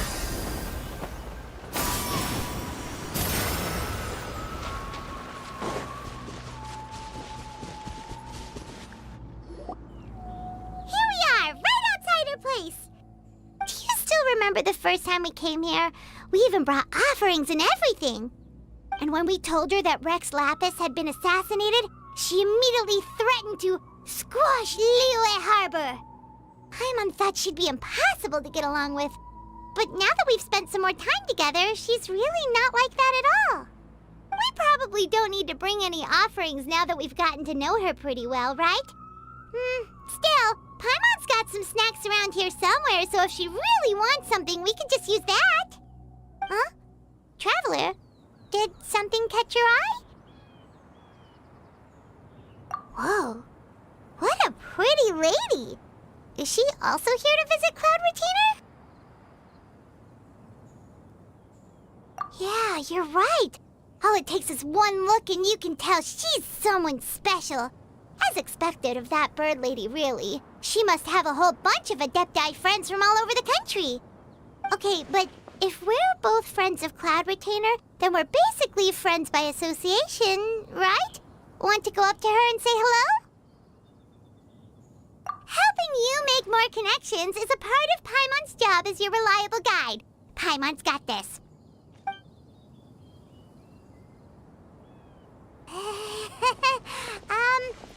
Hello.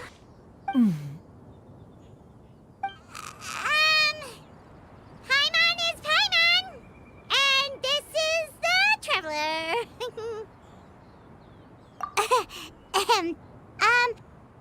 Paimon doesn't think we've met, but we're also friends of Cloud Retainer. May we have the pleasure of learning your name, Madam Adeptus? You two... What is this tomfoolery? Has a shift in form so clouded your eyes that you no longer recognize one anymore? Wait, you're... Huh?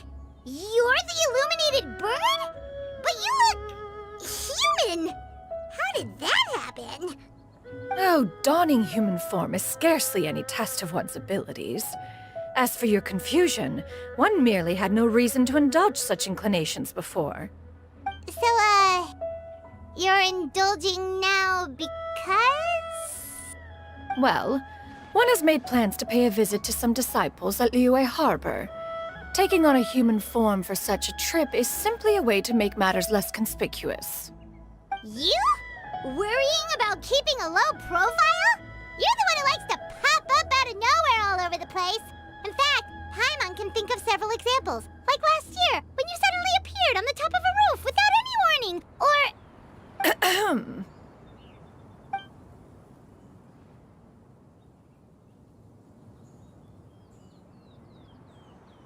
Hey, didn't we agree not to bring that up unless she asked? Oh? So you have taken care to follow the proper rules of etiquette after all. Most commendable.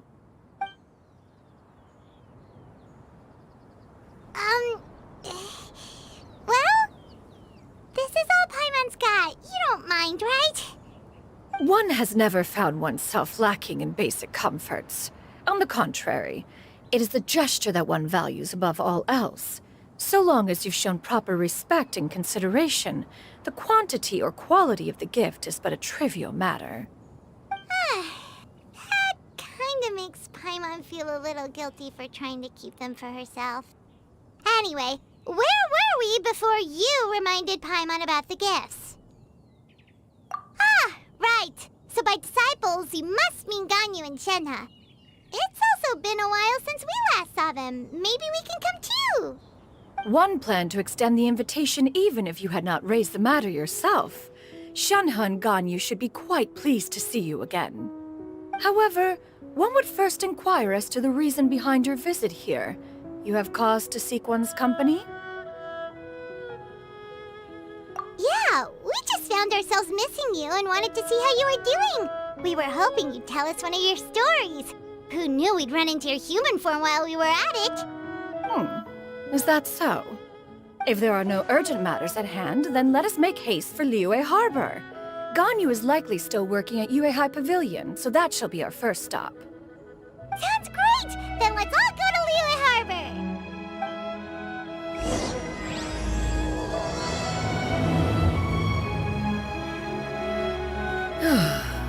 Ganyu has been quite busy with work as of late.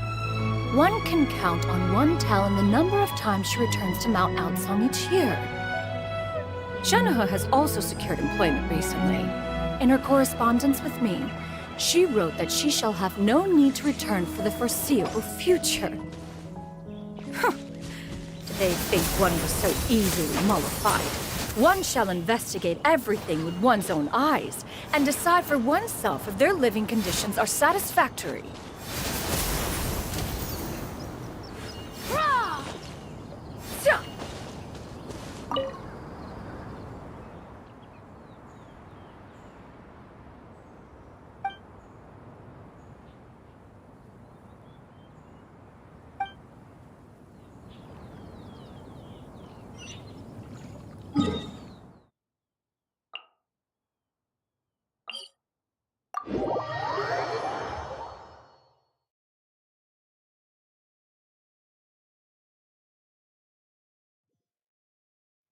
Peace prevails throughout the land, and all things are made new. Got her!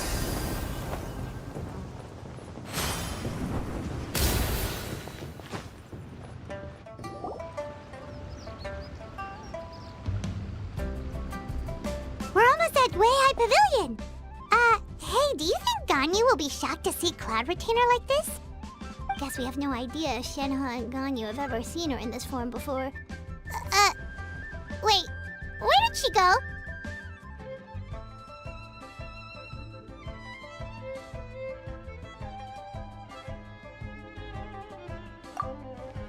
Why are you just standing there, Cloud Retainer? Quietly now. One shall stay here. You two can go and meet with her. But why? Isn't it better if we all go together? If one were to proudly proclaim one's presence, Ganyu would surely profess herself otherwise unoccupied and drop everything to attend to one's visit. One fears that would only result in her staying up all night to make up for lost time. One does not wish to trouble her. Conversing vicariously via you two shall suffice. Do remember to inquire as to her recent well-being. Again, do not mention one's presence here. Fair enough. Makes sense. All right, then. We'll just pass on your regards and... Cloud Retainer? Oh, busted. Is that lady someone you know, Miss Ganyu? She is indeed. I'm sorry, Huixin, but could we delay the upcoming meeting for a little bit? I believe my schedule today is quite full. Although, perhaps I could move some work to later in the evening. Oh, not to worry, Miss Ganyu. I'll make the necessary arrangements right away. Thank you, Huixin.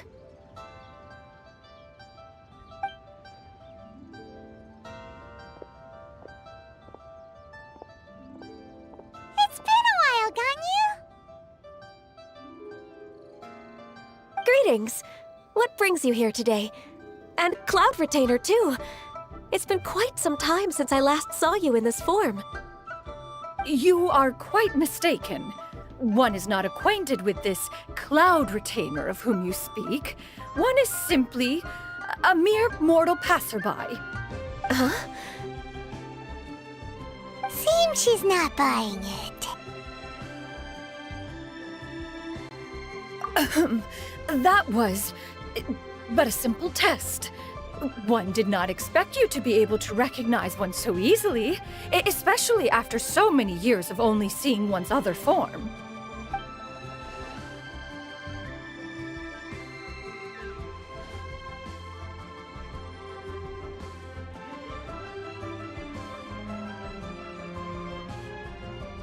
But recognizing you is, my responsibility as your disciple.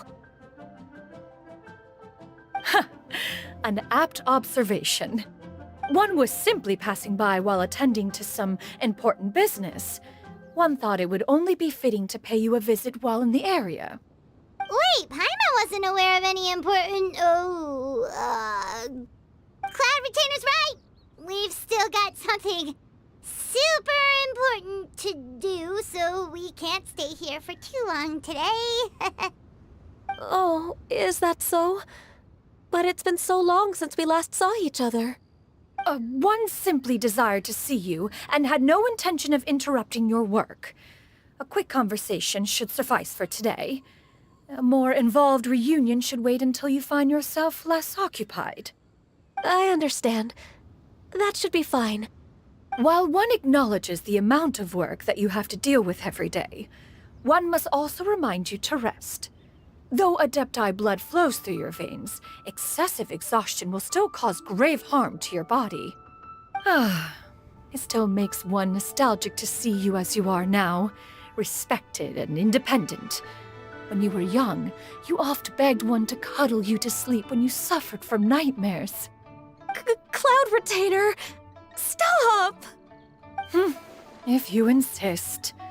We are running short on time regardless, so one will refrain from going into each and every story. Why don't you continue your conversation? One shall simply stand by and listen.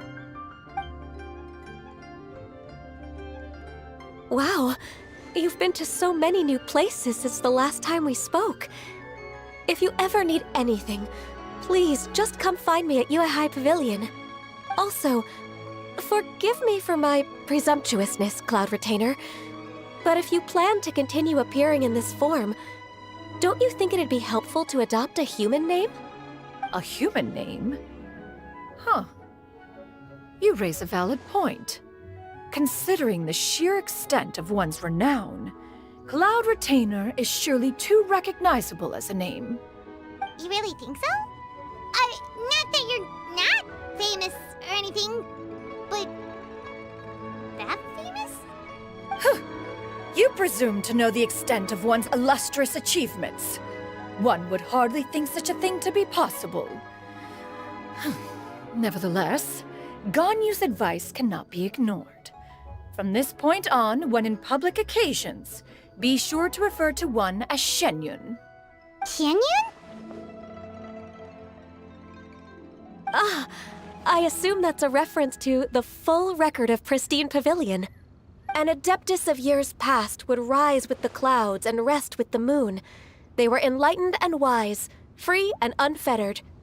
The writer referenced Master's name to describe her carefree and spontaneous nature. Oh, that sounds super cool! Paimon feels like only the most powerful of Adepti could rise with the clouds and rest with the moon. Actually, those lines were originally written to describe Cloud Retainer herself. Huh? Wait, so you're really that powerful? And what of it? Did you truly take one to be nothing more than a bird of bigger than average size? Not exactly. To be fair, Cloud Retainer rarely speaks of her past accomplishments. The tales of her past can only be found in ancient texts. It is said that once, a long, long time ago, there was a severe drought in Liyue. Left with no choice, many people left their homes, while others spent day and night praying to the Adepti. Although I did not live through such tragedy, simply reading about it is enough to gain a visceral understanding of all the pain and desperation during that time. On top of the drought, a noxious gas also began to spread through the land. If not for Cloud Retainer's efforts, much of Liyue would be nothing more than a barren wasteland today. The books had this to say about what happened. Upon arrival, the Adeptus borrowed the wind to retain the clouds. Immediately, the clouds gathered together, and abundant rain burst forth from the heavens. Drought and plague were both driven away, and the people were saved. Wow, that's incredible! Mortal records add embellishments to dramatize past events. One did merely what one ought, and even if one had not interceded, the other Adepti would surely have stepped in to help. Even so, you stopped an entire drought! Can you really control the weather like the book said? Oh, Paimon suddenly has a lot more respect for you. So it was Paimon's bad for calling you Illuminated Bird before. You're not too mad, are you? How laughable. A name is but a simple label we carry with us on our journey through the world. Why would one be offended by such a trivial matter? That's a relief. In that case, Paimon will continue to call you whatever feels right in the moment. Well, that is quite enough ancient history for now. Ganyu, have you had word from Shenhe? One has heard that she procured a job recently. Have you any thoughts on her workplace? And what, pray tell, of her monthly remuneration? Moreover, does she find herself overly inundated with work? Is she allowed time off during Lantern Rite? That is a lot of questions. There is no cause for concern, Cloud Retainer. I introduced Shenhe to her employer personally. Wanmin Restaurant's business has been booming recently. So with Chef Mao being swamped with customers, and Shangling still off and out in search of new recipes, I introduced Shenhe to staff the restaurant. I see. Most excellent indeed. One has had the pleasure of being introduced to that family. Shangling is kind and astute, while her father is loyal and reliable.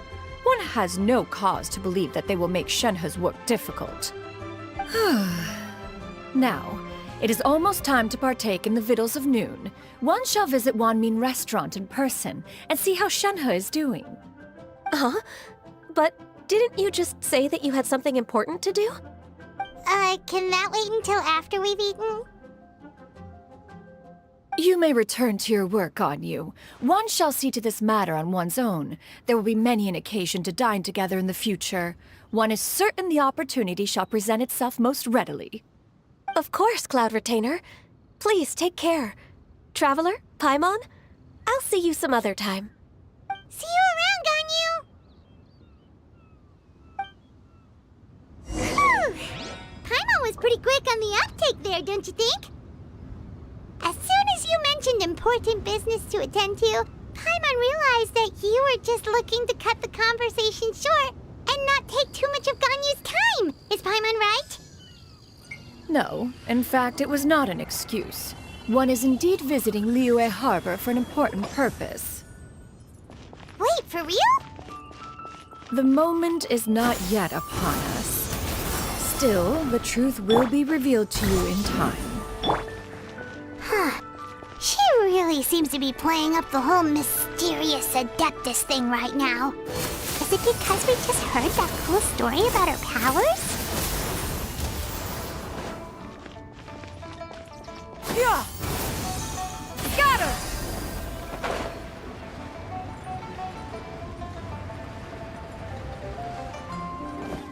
Yeah! Skyward!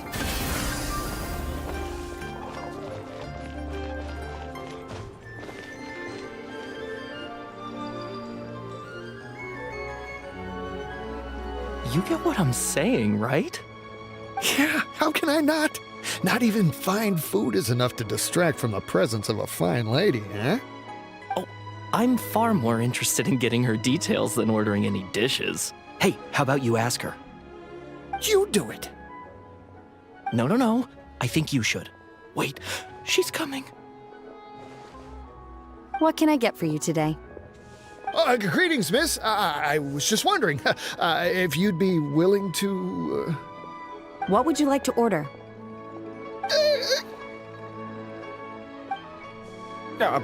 2 servings of Mora meat to go. Good chat. Bye.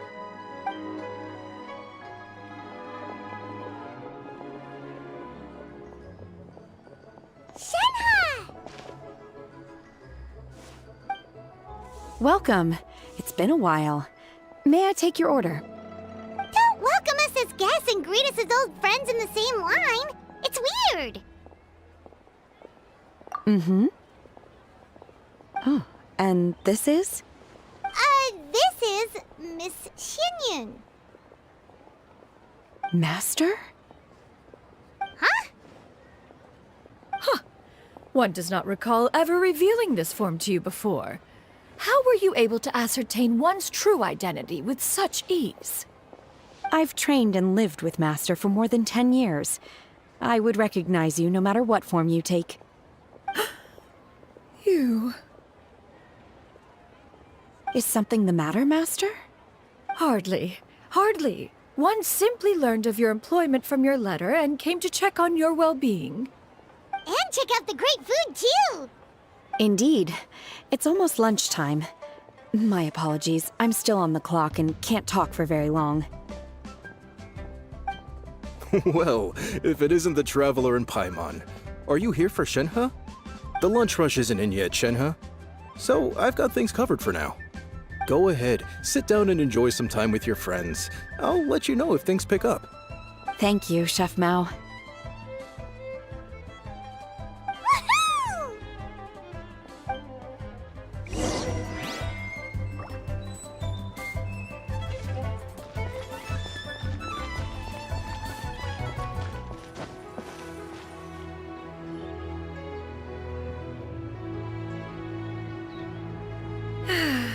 It is just as one expected.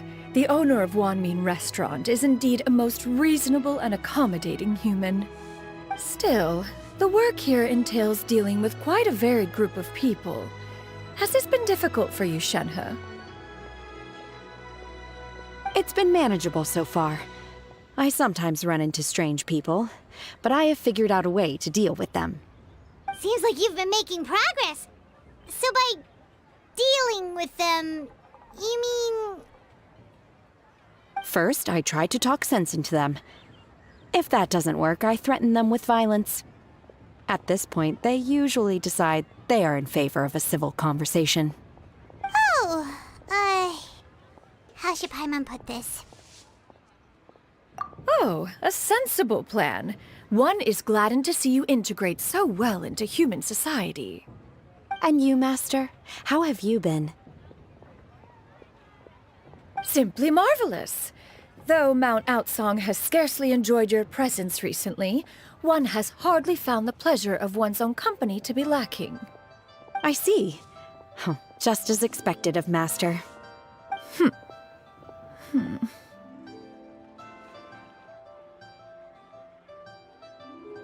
I have missed Master quite a bit too. Even though work has been busy lately, I've already had a conversation with Chef Mao about taking some time off soon to visit Master. Oh, you did? Do make note of such matters in your letters in the future. There's hardly a need to keep one in suspense. Whoa, her mood shot up just like that. By the way, Master, since you are in Liyue Harbor, have you had the chance to visit Ganyu? Indeed. She is similarly preoccupied with her work. There was time only to exchange a few simple pleasantries. Ganyu told us the story of Cloud Retainer's name. It was amazing. We never knew how powerful she was before. I see. In that case, allow me to also share a story about Master's past. Oh? Is that a problem, Master? I believe this to be a good topic of conversation. No, not a problem. One was simply caught off guard. But no matter, please, proceed.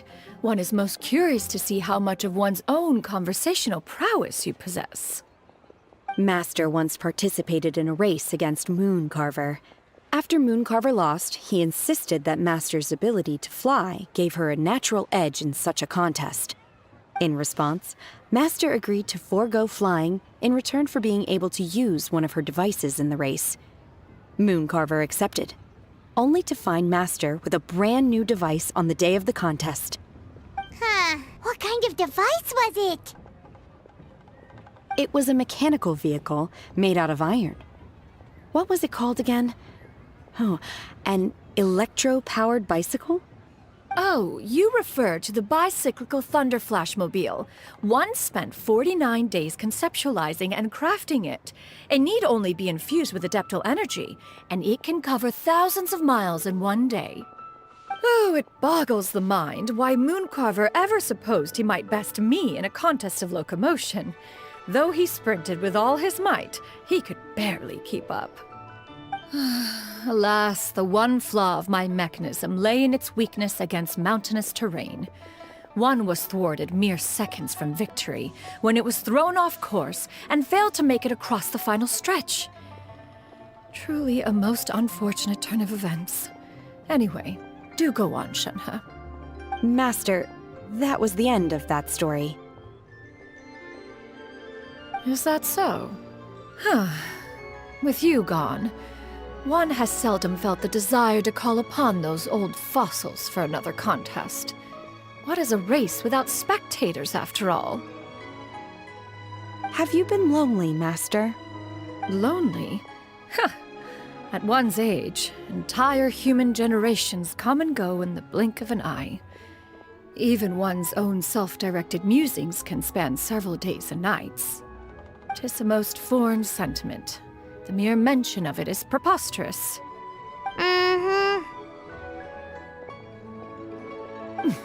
What is the reason for that look upon your face? It's nothing. It's just... Well, Paimon gained a lot of respect for you after listening to that story of you summoning the rain and everything. But all it took was a few words out of your mouth and it's like you're back to being that illuminated bird again. Paimon's just a little bit confused. Which one of the two is the real Cloud Retainer? To me, they are both, Master. One is the master that's widely revered by the people, while the other is the master that I respect and adore. Huh. One finds oneself exalted yet again with sweet words of praise and flattery of a most extravagant nature. You chose to exalt one with your words, yet you refuse to grace Mount Outsong with your presence for any extended period of time.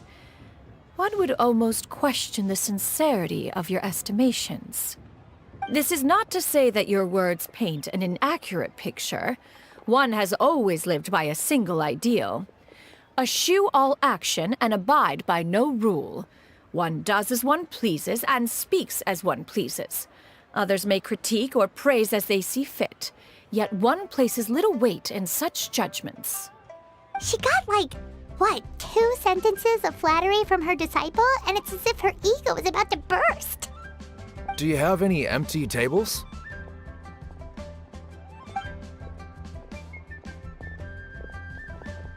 Hey there, could we get another fish stew?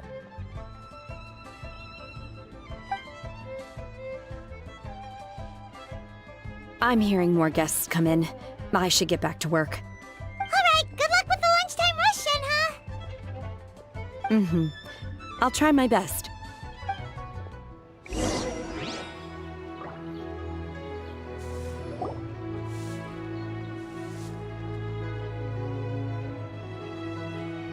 So much yummy food! Paimon's gonna feast!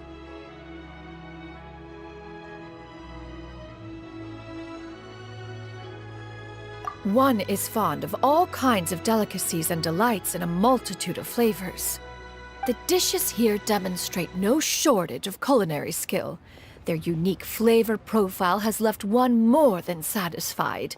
In fact, one has been struck by quite the fit of inspiration. One has already begun to conceptualize the next generation of supreme cuisine machines. Everything's so tasty! A bit too hot at times, but still super tasty. I'm sorry, miss, but our tables are full. Shall we try somewhere else, Granny? But it smells so delightful. Can we really not eat here? My poor legs can't go on for much longer. Well, you could always check with some of the other guests and see if anyone's happy to share a table. Okay, I'll ask around.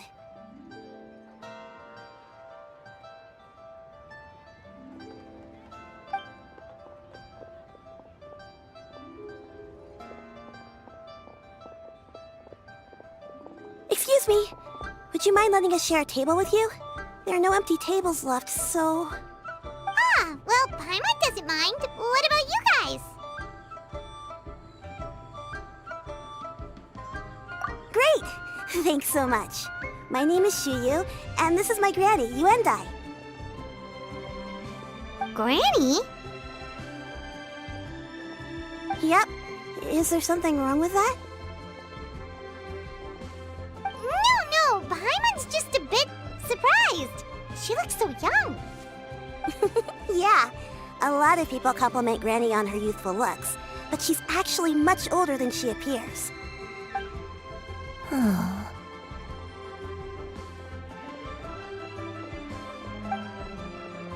Granny, why don't you take a seat? Come on, it's not polite to stare. Huh. Have we met before? No.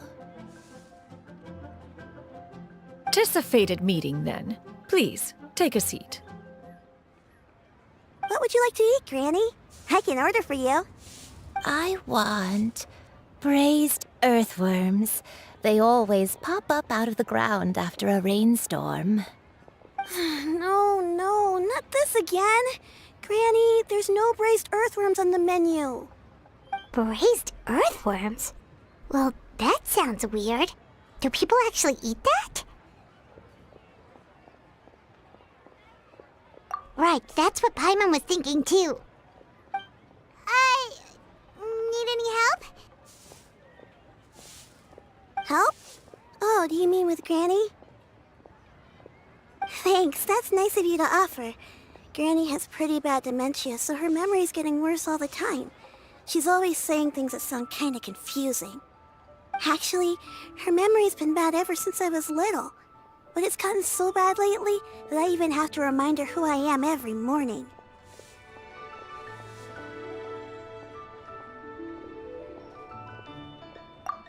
They died young. It's just me and Granny now. Oh, but it's okay. Don't feel bad.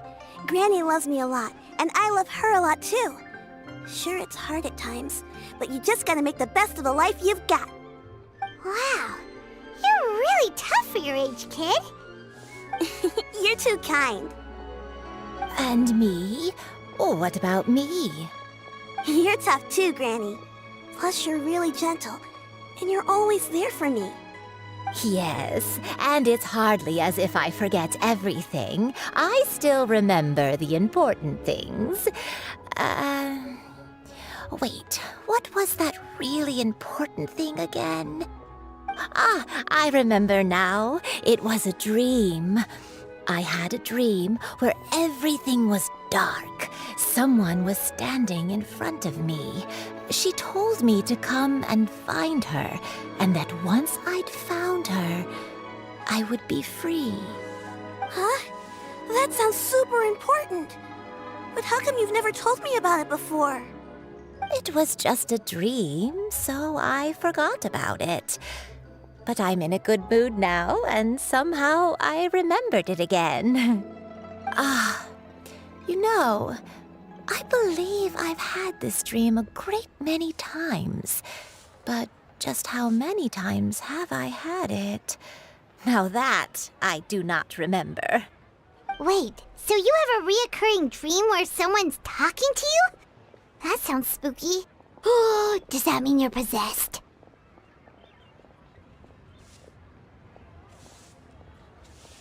Unlikely. Her eyes are clear and her breathing remains calm and level. One sees no signs of possession. Are you sure? Who do you take me for? Is one not an adept? Am I not an expert? Huh, you're right.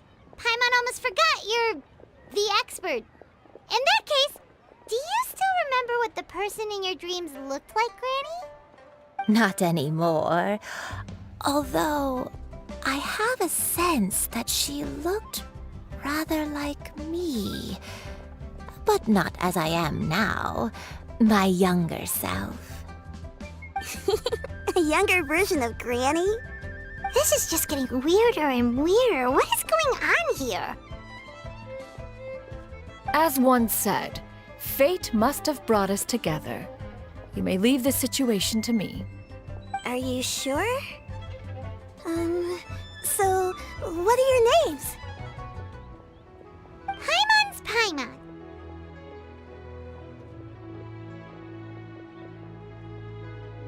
Just Shenyun is fine. Thank you all so much for offering to help. But first, I'm sorry for asking, but, how do you want us to pay you back? Oh, we don't need any payment for this.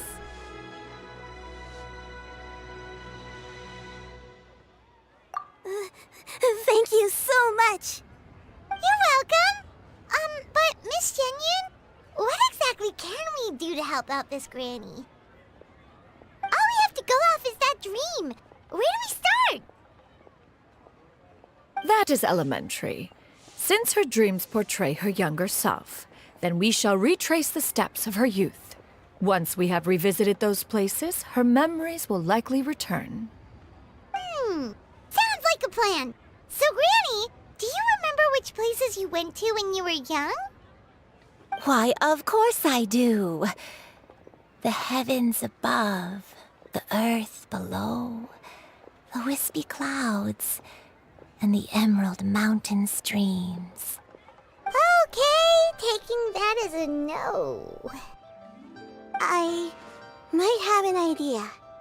Once, when I was really little, my dad told me that Granny used to be a martial artist heroine who saved loads of people from a disaster.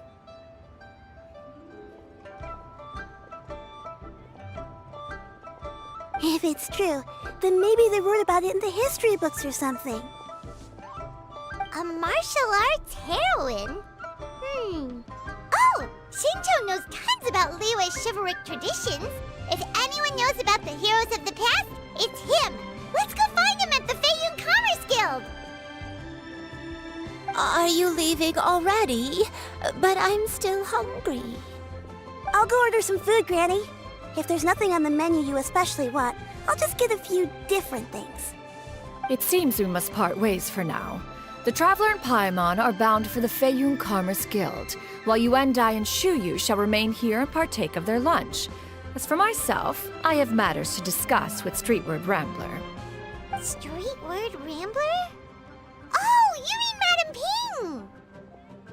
Precisely. Let us meet at Yujing Terrace once you are ready.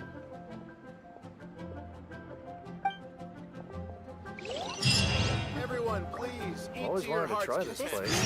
Food is unbelievable.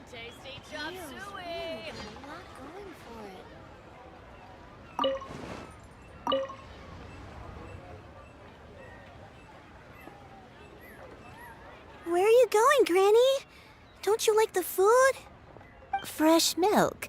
I need to buy you some fresh milk. Milk? Why? You need to drink milk before eating, or the spicy food will make you cry. Hush, little one. Don't cry. Granny, you're forgetting things again. I'm not a little baby anymore. I can eat spicy food now. Even the super spicy dishes, like their fish stew. I can eat 2 whole bowls, no problem. Wonderful. Oh, wonderful. My darling granddaughter is all grown up.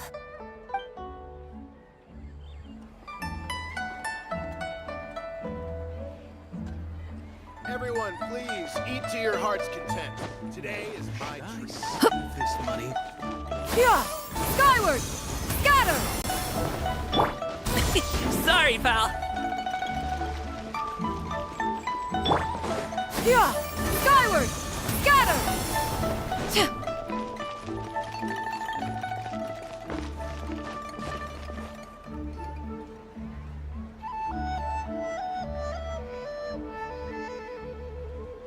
Huh. It's you two. What brings you here? Shincho! Great, we found you! We wanted to ask you about something.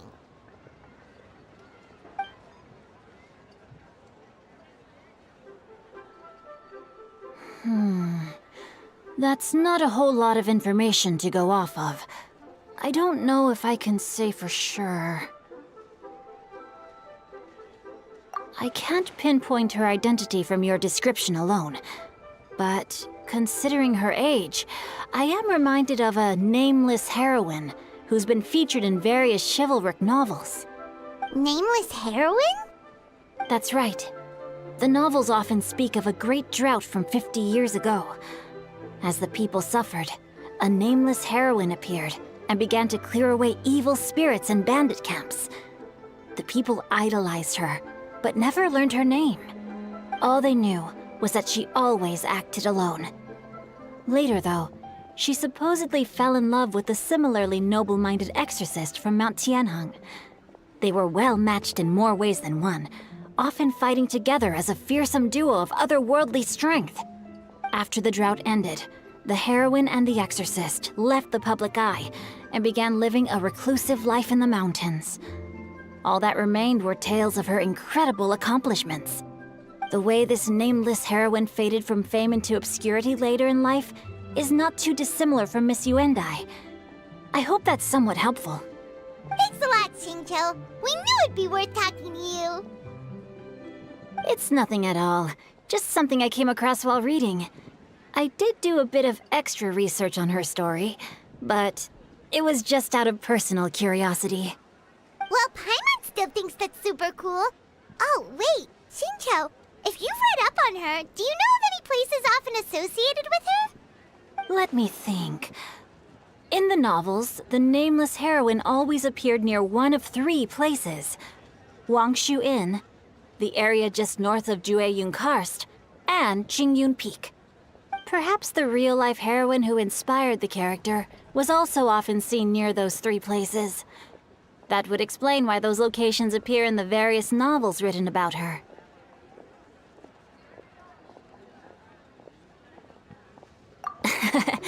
You're welcome.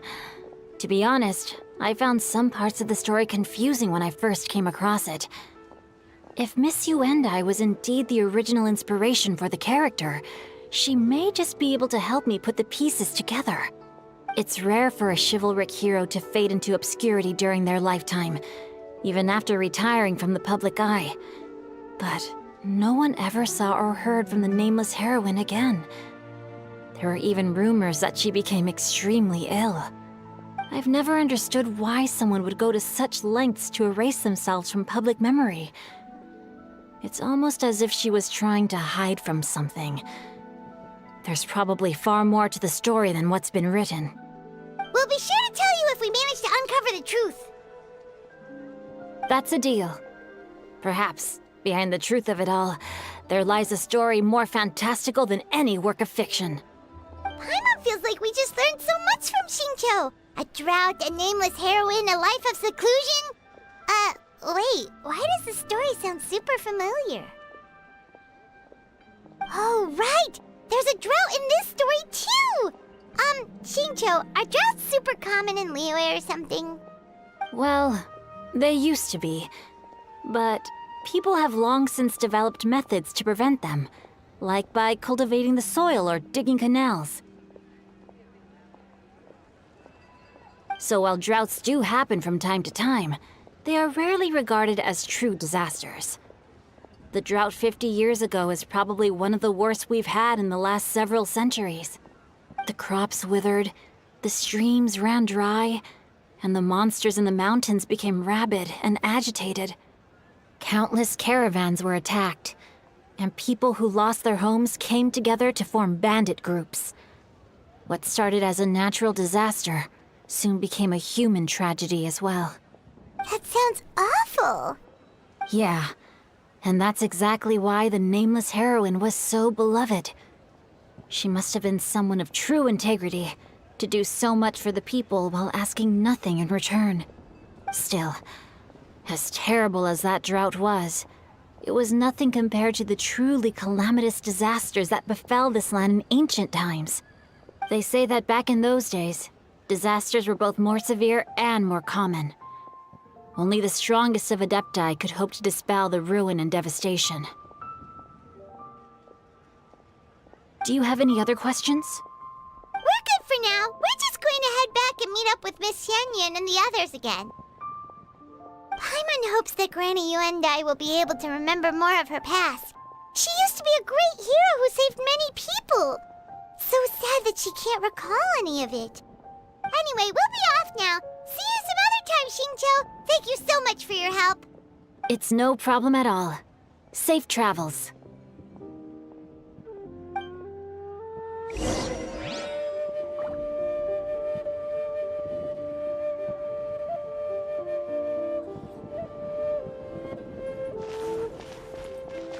Time erases everything. Even the greatest of heroes will have their legacy reduced to the small fraction of their deeds that were committed to paper. But I think the magic of chivalric novels lies in the way you can catch glimpses of a noble soul from a few mere paragraphs.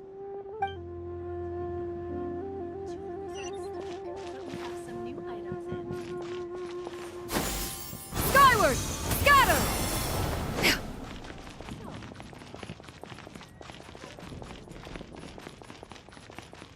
Yeah! Scatter!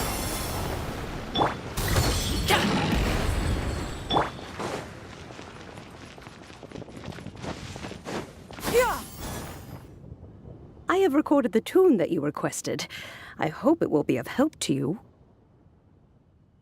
Oh, thank you.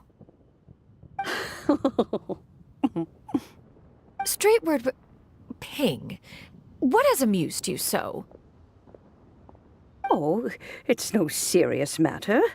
I was just reminiscing about the last time I saw you in this form. Time has wrought such change in this world, and yet you appear just the same as ever. Time has little bearing on one's existence, nor has one keenly felt its effects whilst dwelling at Mount Outsong. Nevertheless, Ping, one would like to seek your counsel on a personal matter. Oh, why so formal all of a sudden? I must say, you're making me a little nervous. What is it? Well, the inquiry is as such. Approximately how much mora would one need to afford a comfortable life in the harbor, not unlike the one that you yourself lead? It does not require as much as you may think. Still, do you mean that... Cloud Retainer, Madam Ping! What are you two talking about? Nothing save for some trivial matters. Have you unearthed any useful details? Shinjo has a theory, but let's save it for when Chuyu and Miss Yundai have joined up with us again.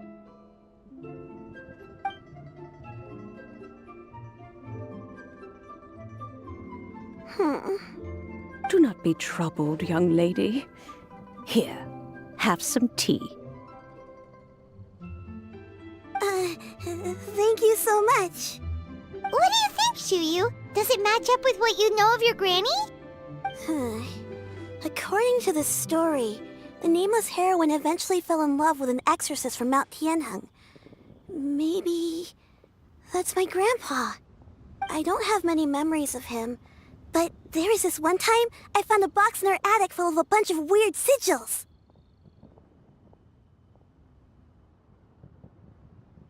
I think so too. Granny might remember something once she's returned to a familiar place. What marvelous tea. I can taste the dew's sweetness in this cup. It's as if I was taking a stroll in the mountains, thoroughly one with nature and at peace. Is that so? Then please drink as much as you like. There's no need to hurry. At our age, it's always nice to slow down and take the time to appreciate pleasant conversation among friends. Thank you. Okay, since we have the time, can I ask you something? Sure thing. What would you like to know? I have a secret I want to tell you. Let's go talk over there.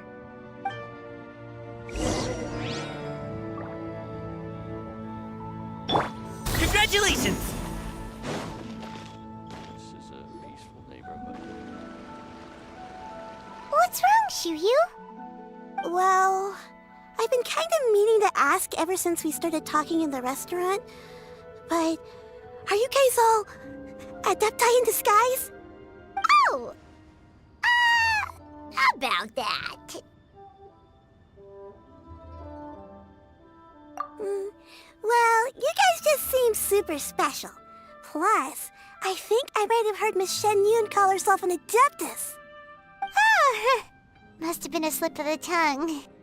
Shen Yun, since you were the one who, misspoke, maybe you can explain to Shuyu here what you really meant by that. One is indeed an Adeptus. Is that of some concern to you? Huh? I knew it.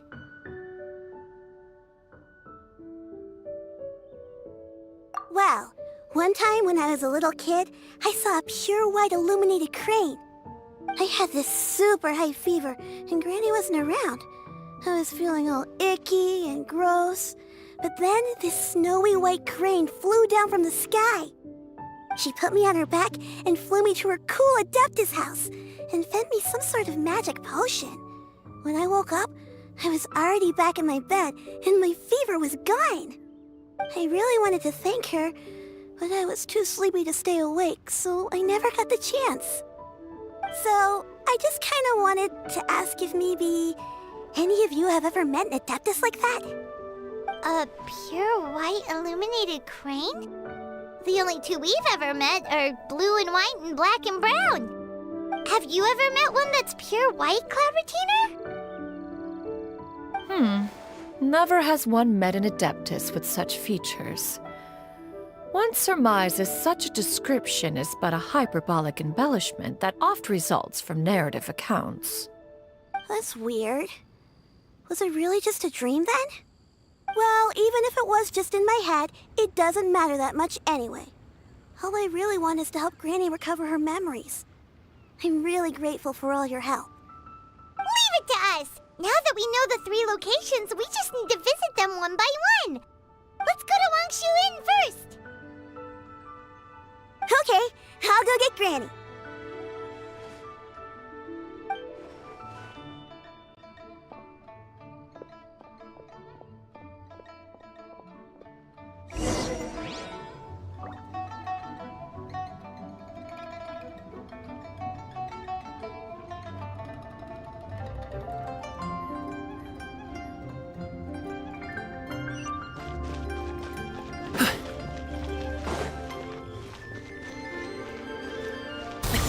Sorry, pal.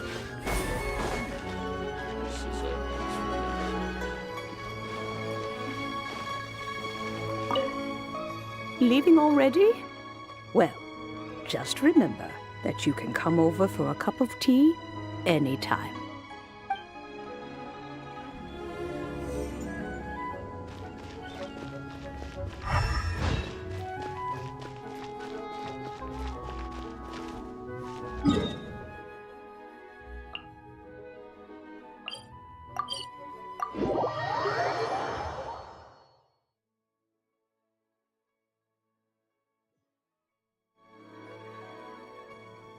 Wangshu Inn.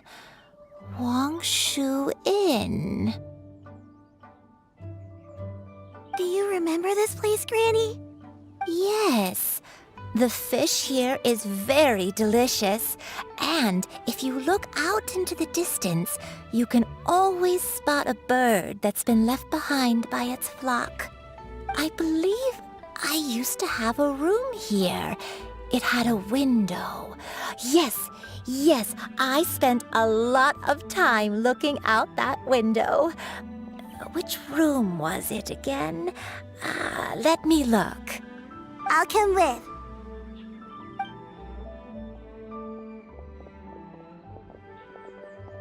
Paimon's still having some trouble understanding what she's talking about, but if she's so familiar with this place, that must mean she lived here, right?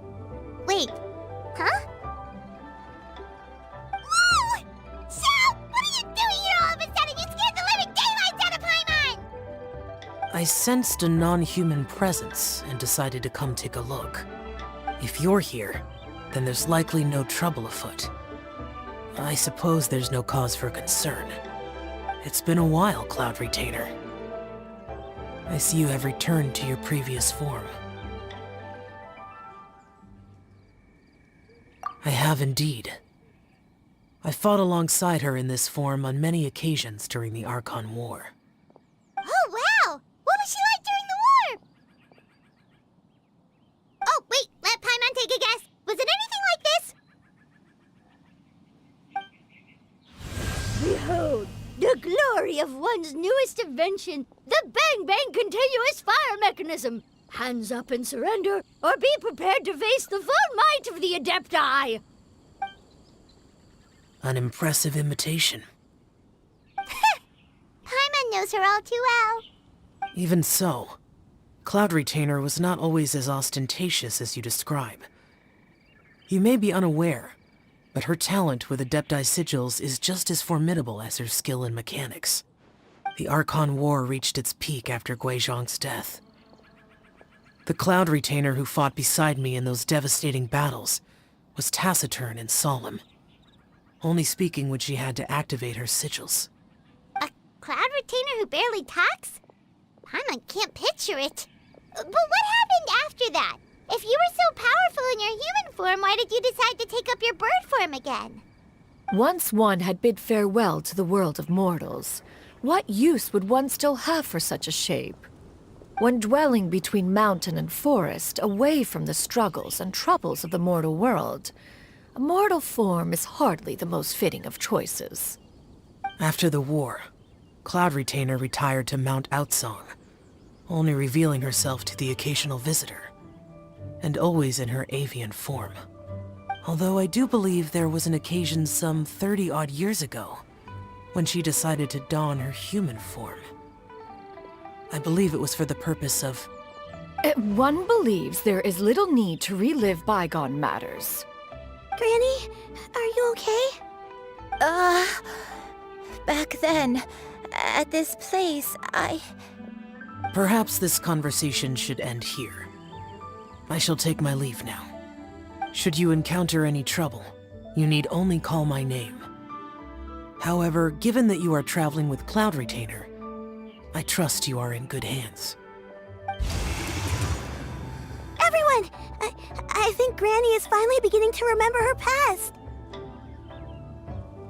Slowly now, calm your mind and recount what has been recalled. a long time ago, I stayed here to recuperate from my illness. Huh. So what Shinjo said was true! You did fall ill!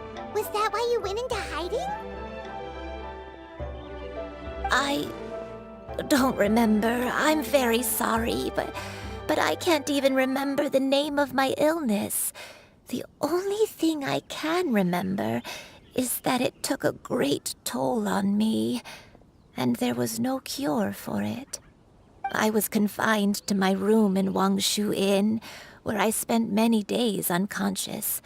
I'd come to every once in a while and stare at the migrating birds outside the window. It was a solemn sight. I remember crying, but I'm not even sure I knew why. One day, I met a traveling merchant. Upon hearing of my illness, he sold me a bottle of soul-revitalizing tea pills. He told me that the pills were concocted using Adepti blood and could be used to alleviate my symptoms. Sure enough, I made a full recovery. My illness remained dormant for several decades after that.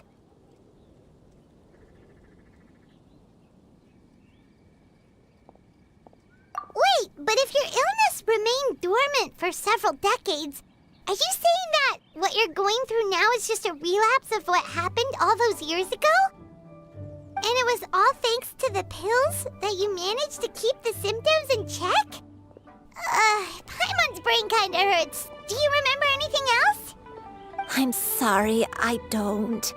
Oh, if only I wasn't so useless. Hey, you're not useless. You've done so much for me. Watched me grow up. Raised me. How could you say that about yourself? Oh, fret not, dear child. Granny was just a bit frustrated. That's all. The recovery of a person's memories is a gradual process. Finding pieces of one's past is always superior to not finding anything at all. Let us make haste to the next location. Next location. Next location. Oh, why don't we go to the area north of Dwayun Karst next? There isn't really a landmark there, so where should we start? Oh, Paimon's got it. Let's check out the houses in the area first. After all, if she was there for any length of time, then she would have stayed somewhere, right? Oh, Paimon's really got her thinking cap on today. At this rate, we'll recover all of Granny Wendai's memories in no time.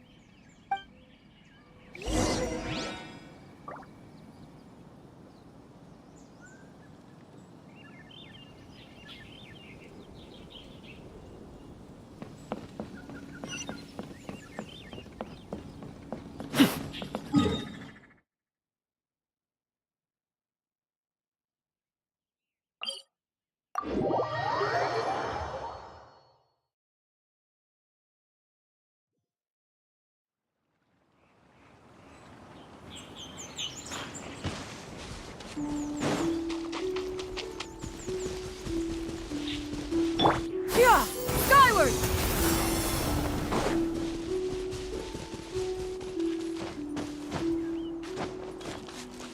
Yeah! Skyward! Scatter! Whoa, there's so many treasure hoarders here! Guess it's time to round up some bad guys!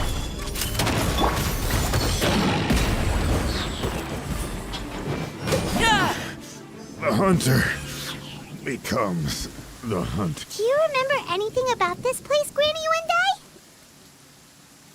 Let me think. I feel like I've been here before, but I don't think I stayed here too long. I might have just rested here briefly before continuing on my way. Got it. That's okay. There are still plenty of other places we can check. Wait a second. If I remember correctly, I believe I brought... Ah, yes. I brought some sweet snacks with me. Go on, take some. You need to eat a lot if you want to grow big and strong. Oh, thank you! Then Paimon will help us out.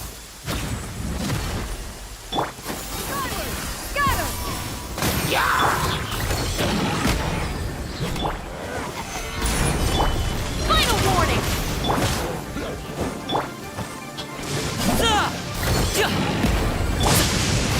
Scatter!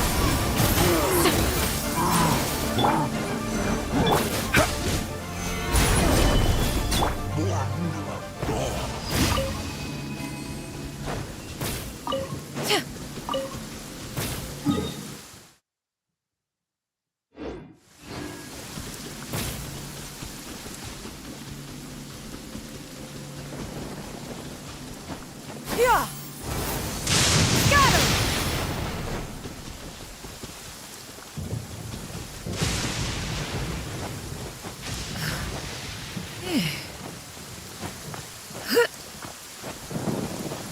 Yeah! Skyward! Scatter!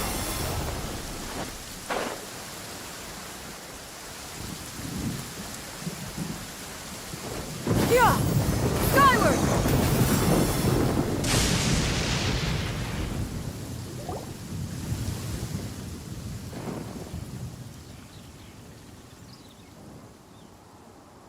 Paimon sees an abandoned house. Why don't we take a break over there? This place... it's...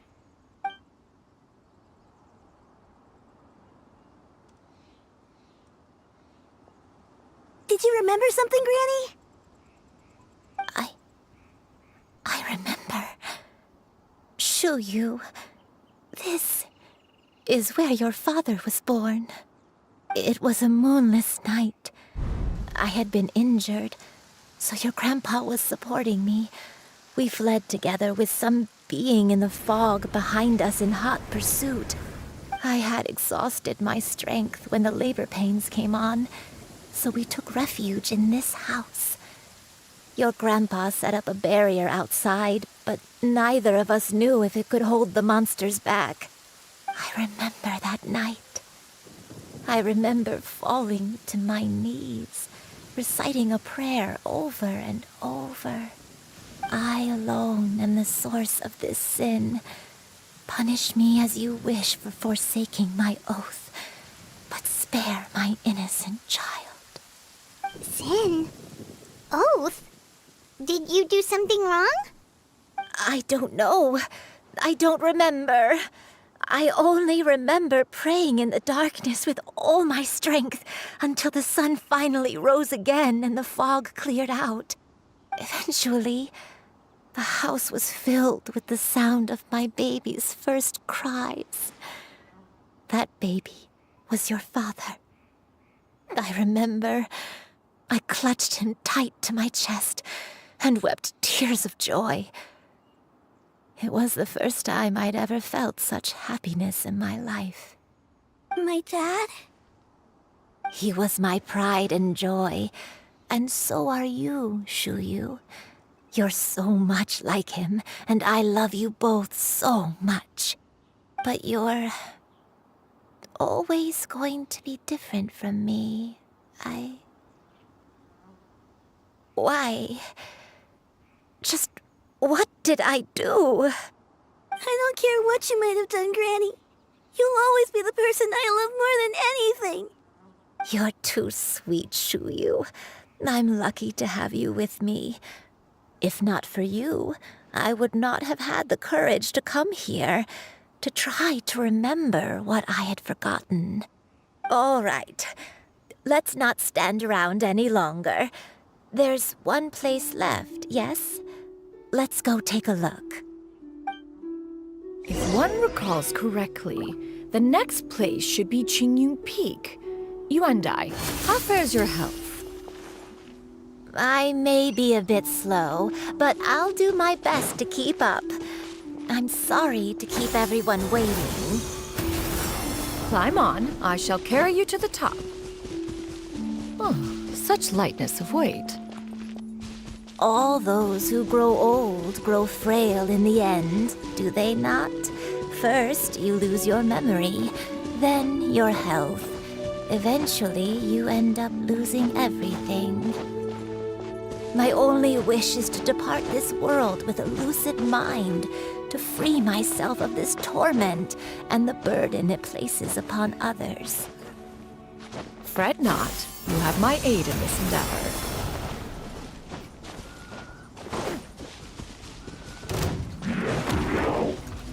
Hit! Order guide you.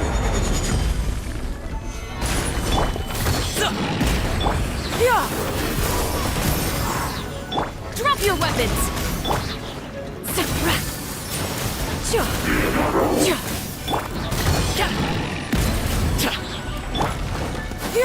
Scatter!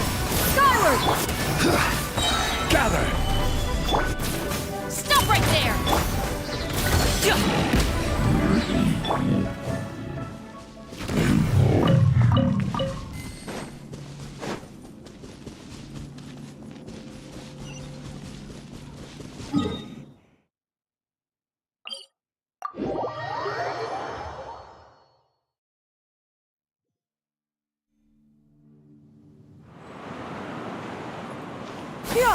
Skyward! Scatter!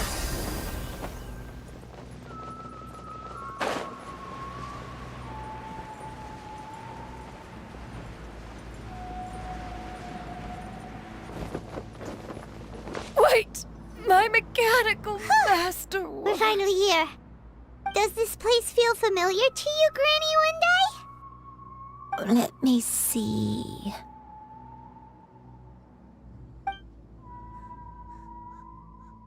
How strange. Have I lived here before?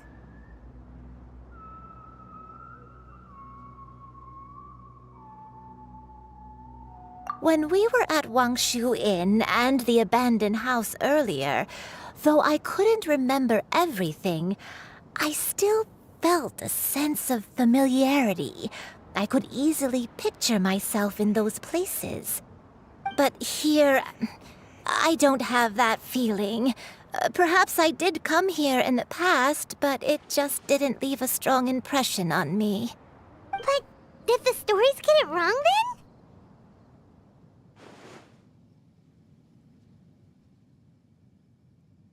Yeah, that's true. But they're also the only thing we have to go off of.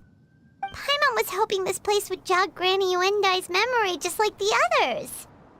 I'm sorry to disappoint you too. It's all right. We're not going to give up yet. We'll figure something else out. Just you wait. Thank you. If only I could remember. Huh? That way. What's that mountain? Oh, let Paimon look! Huh? Isn't that Mount Outsong? Looks like we've come full circle. Mount Outsong. Mount Outsong. Granny, are you okay? Don't push yourself, Granny. It's okay if you can't remember. You shouldn't do something that makes you sad. Mount Outsong, What am I really? Mount Outsong holds some familiarity to you? It does, but I can't go back. Are you feeling unwell? My head, it feels all heavy and dizzy. What is wrong with me?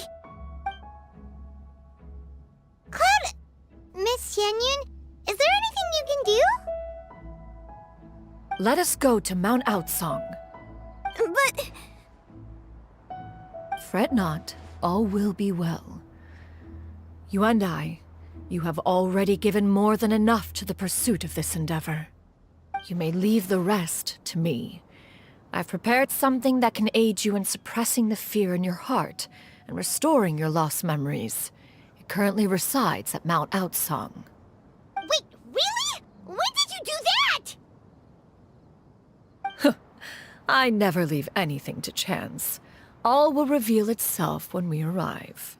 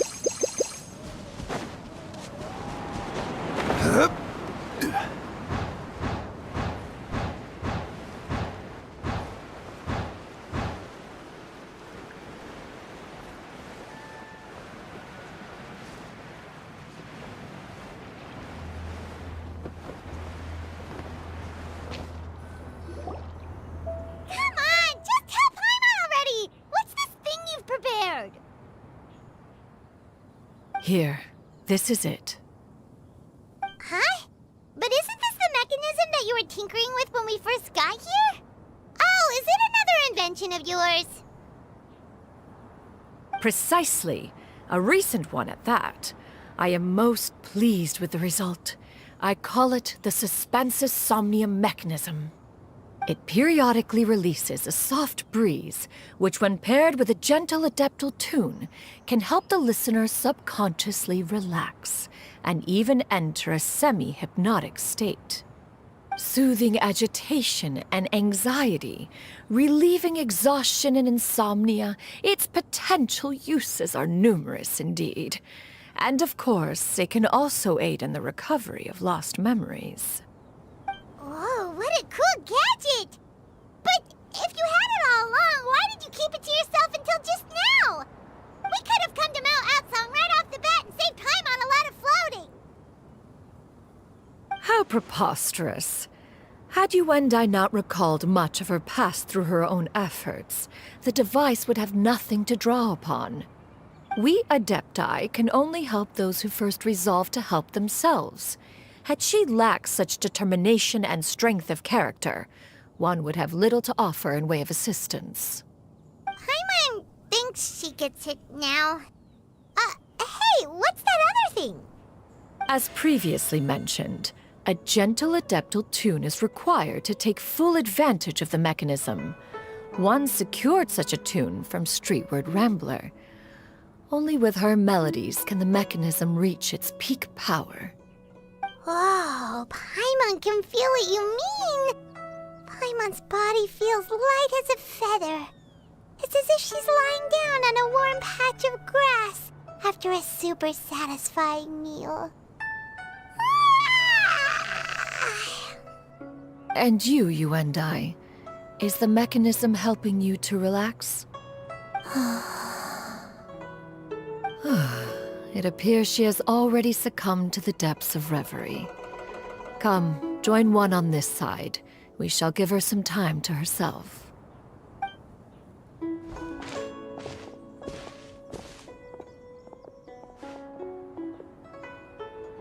The drought is over. But why do you look like you want to cry? The potion. It's nearly run its course. I've never regretted meeting you. Not even for a second. Please.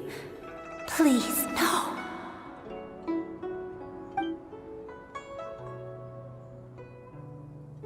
Have you forgotten?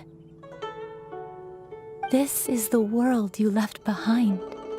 One of gentle breeze and morning dew, perfectly straddled betwixt the realms of heaven and earth. This is your home, This is where you belong.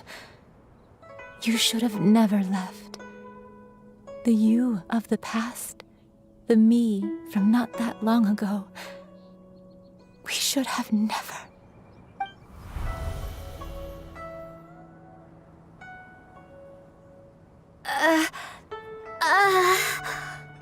So that is the truth. No wonder this place is so familiar. Granny!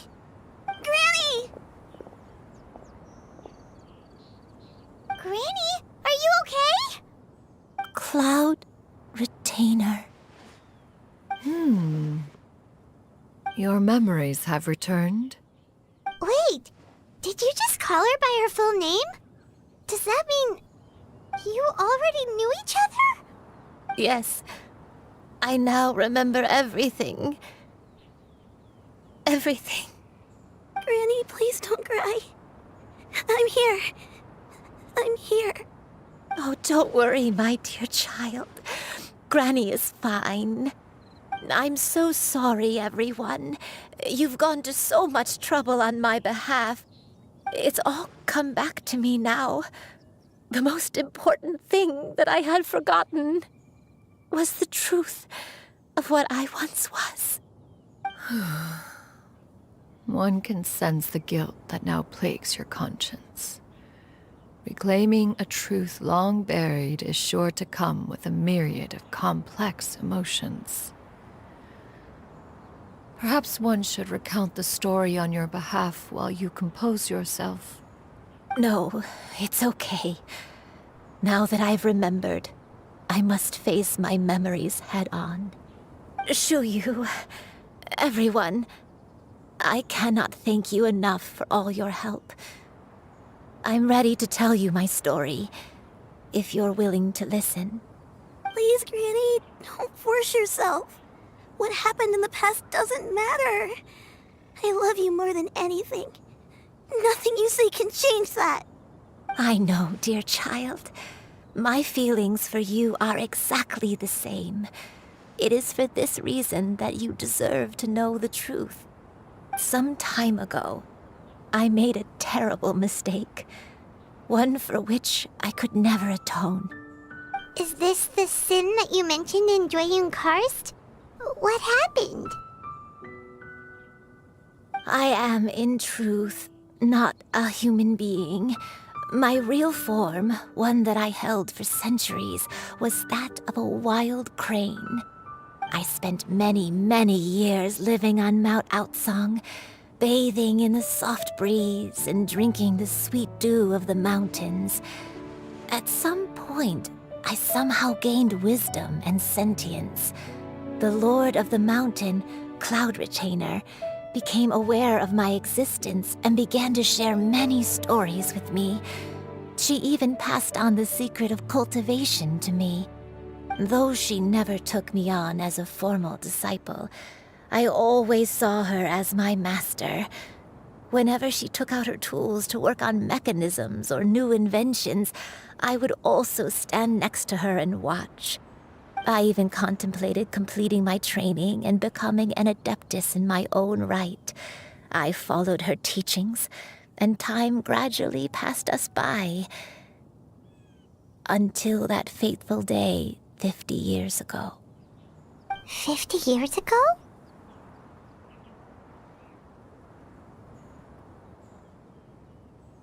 That's right. Master regaled me with many stories of her past deeds.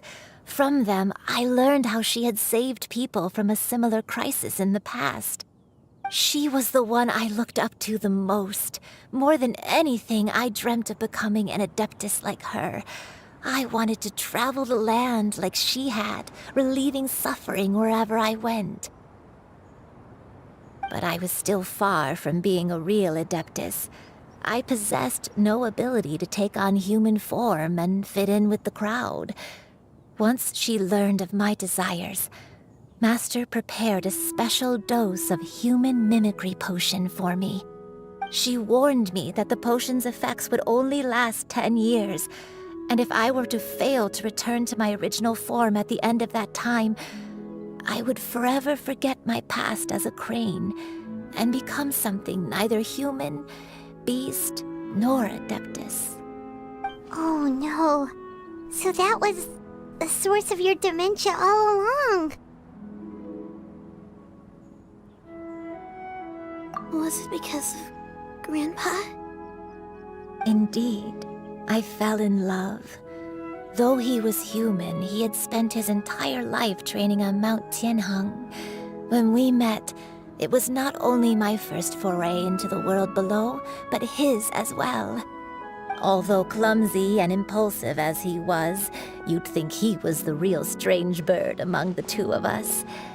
But still, just like me, he cared deeply about the world and wanted, more than anything, to cleanse it of all pain and suffering.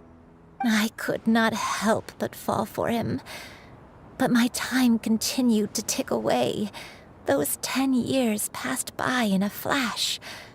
Yet I did not want to leave his side, so I... Oh no, what happened next? I committed an offense. I wanted to stay with him, even if it meant living a life full of pain and suffering, even if it meant that I would eventually turn into a monstrosity. I knew I had betrayed Master's hopes, but I was too ashamed to face her. So I wrote her a long letter instead and asked someone to leave it outside her abode. I was convinced that she would not support my decision, and I lacked the courage to speak to her face to face. In my shame, I fled and tried to hide from the world, such that no one would be able to find me again.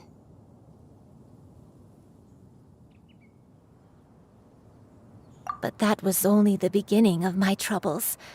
I began to suffer from a strange illness. My memories became hazy and confused, and I could no longer keep myself awake. I understood that my pain was caused by my refusal to return to the life I was fated to lead. Along with my memories as a crane, I soon forgot the true cause of my suffering as well. I knew only that I had committed a sin. All I could do was pray for forgiveness, even if I had long forgotten what needed to be forgiven. Looking back, I was beyond lucky to have come across that traveling merchant at Wangshu Inn. It was such a fortunate coincidence that we were there at the same time. If it weren't for those soul-revitalizing tea pills, I probably would have... Granny, what's wrong? Coincidence? Why did I ever think it was a coincidence? Tea pills concocted using the blood of an adeptus? No, it couldn't be. Master, don't tell me. Back then, that merchant was actually... Human custom would dictate the conferral of gifts to be in order when one's progeny is wedded, would it not? Consider the pills a symbol of one's best wishes. So when I tried to conceal my name and mistakes from the world and hide myself away in perpetuity, the only person I managed to deceive was myself. You knew where I was all along. One still remembers when you were but a fledgling. You possessed a certain fondness for a particular game. You would hide yourself among a group of wild cranes and ask one to pick you out from among the flock. One found you with such ease every time. 'Tis a truth most evident. One always recognizes one's own, no matter what form they may take. Wait! Paimon's confused! So, Cloud Retainer, you found Yuendai again? But how? When? And what happened after that? Perhaps it is now time for one to recount the rest of the tale.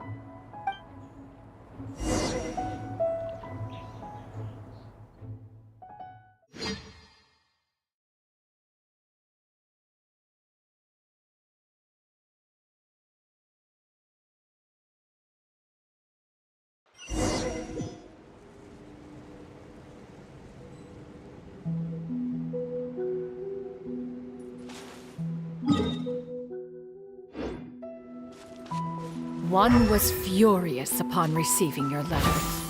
Seized with anger, one set out to bring you to your senses.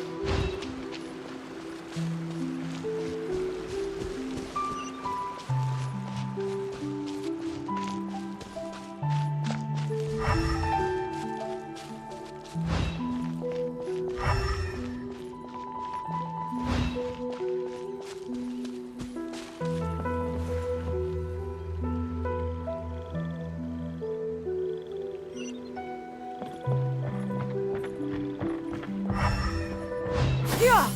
Skyward! Scatter! Yeah! Skyward! Scatter!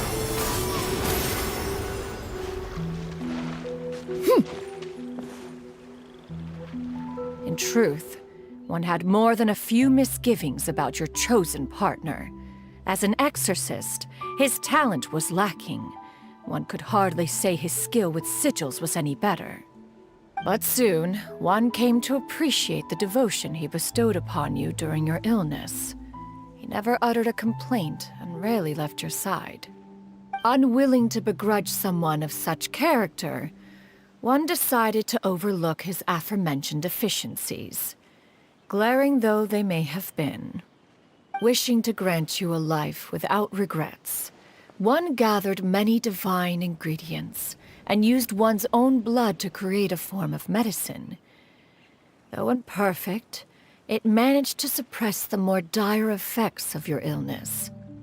As for how to deliver the medicine, after much contemplation, one eventually decided to perform the deed oneself. One took great care to alter one's features and select the appropriate attire. Only after meticulous scrutiny did one finally set out for Wangshu Inn. As one expected, you were most ignorant of one's true identity. You showed not even the slightest inkling of recognition. One was quite torn. Should one have celebrated the success of one's disguise, or mourn the loss of your acquaintance?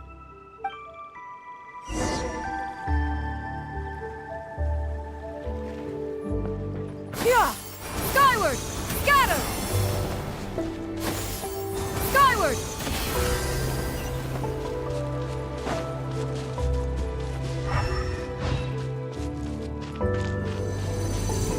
Yeah! Skyward! Scatter! Yeah! Skyward! Nevertheless, one would speak to you about another matter, if you are amenable. Even considering your loss of memory, one was simply flabbergasted that you could so easily forget the consequences of consuming medicine infused with Adepto blood. Its proclivity to attract monsters is hardly that complicated of a concept to remember. To think that you tried to travel while weak from sickness and heavy with child. Had one not intervened to clear the fog, all of you would have been lost during the night.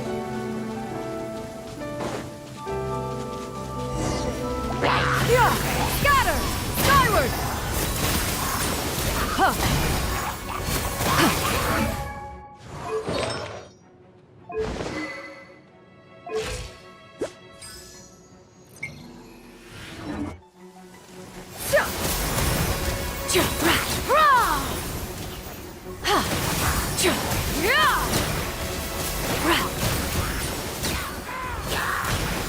Skyward!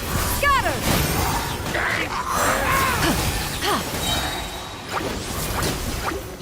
Yeah! Scatter!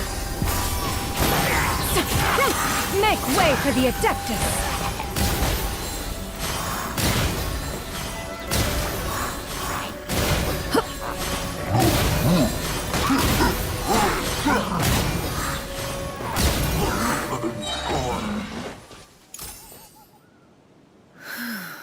Those monsters would hardly have pursued you with such ferocity without sufficient incentive. They were likely incited by the presence of godly remains. Said godly remains, in turn, were likely drawn to the trace of one scent on your body. One was, after all, an active participant in the Archon War. Some of the gods were likely shattered by contraptions of one's very making. In the end, one was relieved to see you endure through the night. At the break of dawn, one heard an infant's cry pierce through the air, and one saw you carefully cradle the child to your chest. Although certain mortal matters remain foreign to me, one could not help but be moved by your joy. To see you happy, that was more than enough.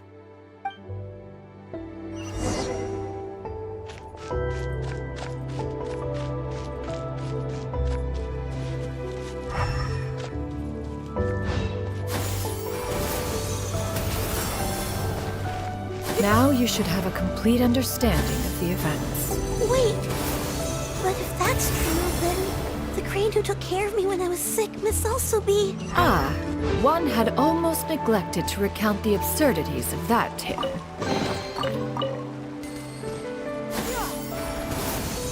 Scatter!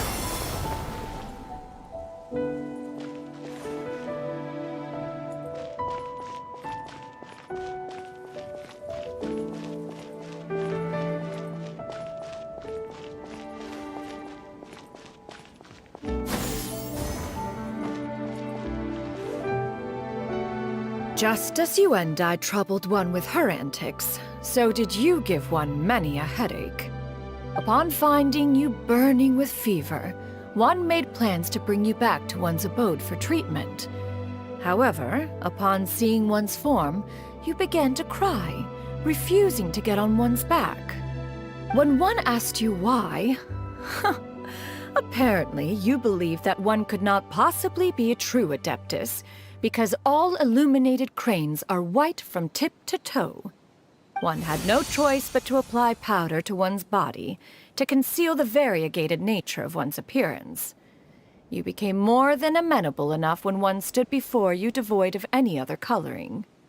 It bears mentioning, however, that as a crane, Yuendai was nearly entirely pure white in color. Though you had never encountered her in that form, you still recognize the essence of her being. Perhaps fate brought you two together in more ways than one.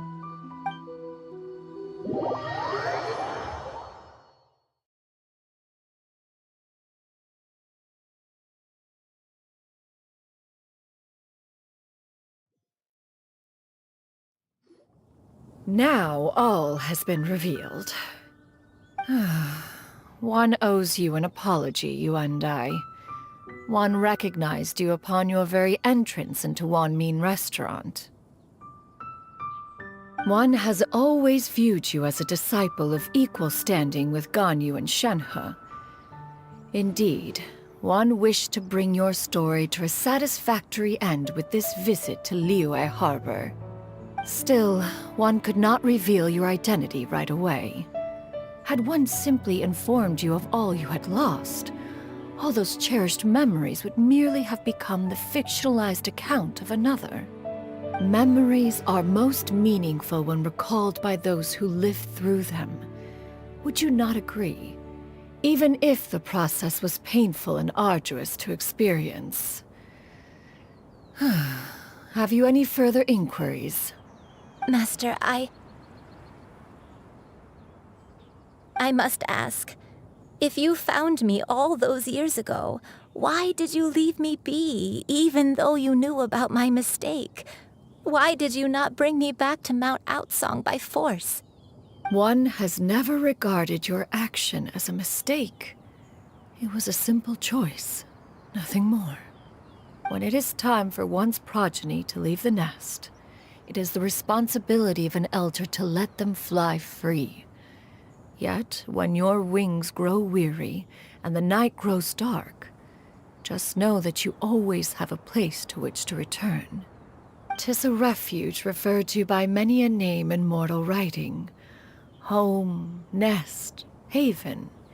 Whatever its denomination may be, its essence remains quite unchanged. One speaks, of course, of a place not unlike one's own abode. One's disciples are free to come and go as they wish, yet the door remains forever open to those who wish to return. One rather hopes you count yourself among them. Thank you. Thank you so much. You and I. One expects you too have sensed the rapid deterioration of your condition as of late. Have you not? 40 years ago, you chose a path without a future. Though one used one's own blood to provide you with a few decades of extra time, it merely delayed the inevitable. One may have extended the path, yet one was unable to alter its final destination. Even the power of an Adeptus has its limits. Had your condition continued to deteriorate, you would have forgotten your life as a human entirely. In the end, you would have turned into a creature lacking in the ability to even comprehend its own monstrousness. Fortunately, you were able to avoid that scenario by reclaiming your memories. Though one sped the process along by providing some guidance, the result is entirely a reflection of your own effort. So, what's gonna happen to Granny? One will help her reclaim her original form as a wild crane. If it be fated, she may recover her sentience one day. She's gotta go back to being a regular crane, huh? Master, you've already done more than enough for me. I don't know how I could possibly repay your kindness. This is a better result than I could have ever hoped for. How much time do I have left? Not long. The transformation is imminent. Granny? Please don't leave, okay? You're all I have left. Please! Don't be sad, dear child. Granny has led a wonderful life. My only regret is having to leave you behind. Don't forget to eat well, okay? A growing young lady like yourself needs lots of good food to grow big and strong. Promise Granny you'll take good care of yourself when I'm gone. I promise, Granny. I'll do whatever you say. Good girl, good girl. Don't worry. It's not goodbye forever. Granny's gonna become the most formidable crane in all of Mount Outsung. Granny will train day and night. I won't stop until I can turn into a human without having to rely on anything but my own power. When that day comes, we'll be able to live together again. You and I. How's that sound? Good. That's a good girl.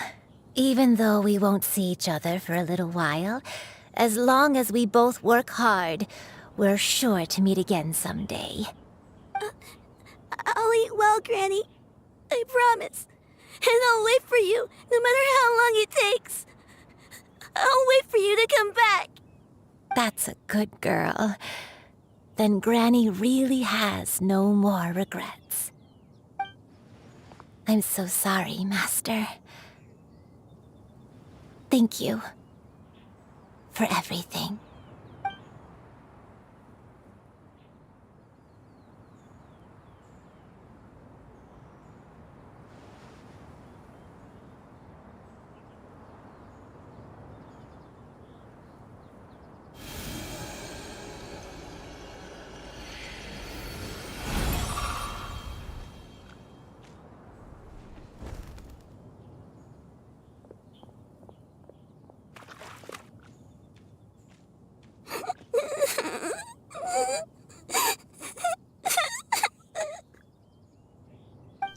You. Let her be. At her age, crying is a natural, if not fitting, response to such an event. Tears are a necessary part of maturation. Sometimes there is scarcely a better vehicle to wash away the toll of stress and misery. Now that the issue has been resolved, you should also take a moment to relax. Give yourself some time to rest. Take a nap if you must. One will wake you in due time.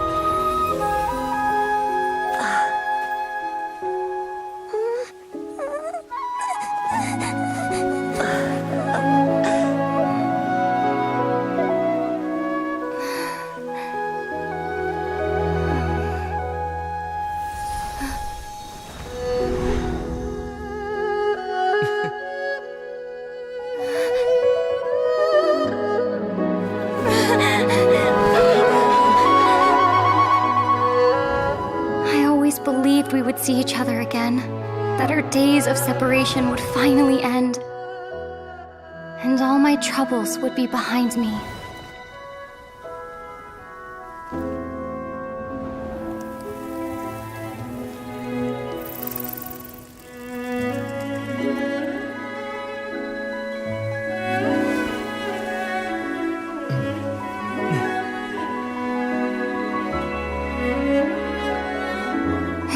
Things could stay this way forever.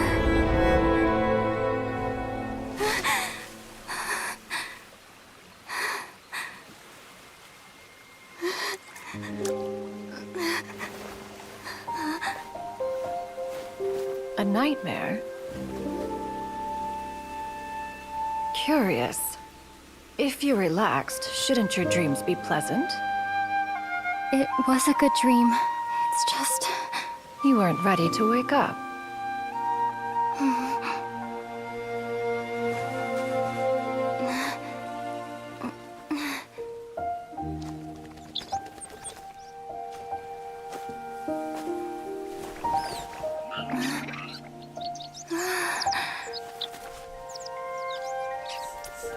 Eloquent as one may be, words of comfort are not one's strong suit. You are doing all you can. One can see your strength of will, your fearlessness in the face of danger. And so, whatever your dream may be, one believes that you shall achieve it. Of course, whenever the perils you face overwhelm you, or you become weary, one is always here for you. After all, as an elder, it is only right to look out for the young ones.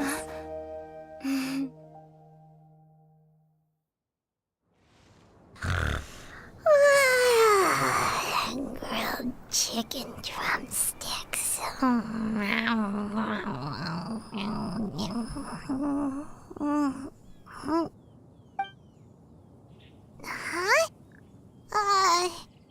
Was Paimon sleeping just now?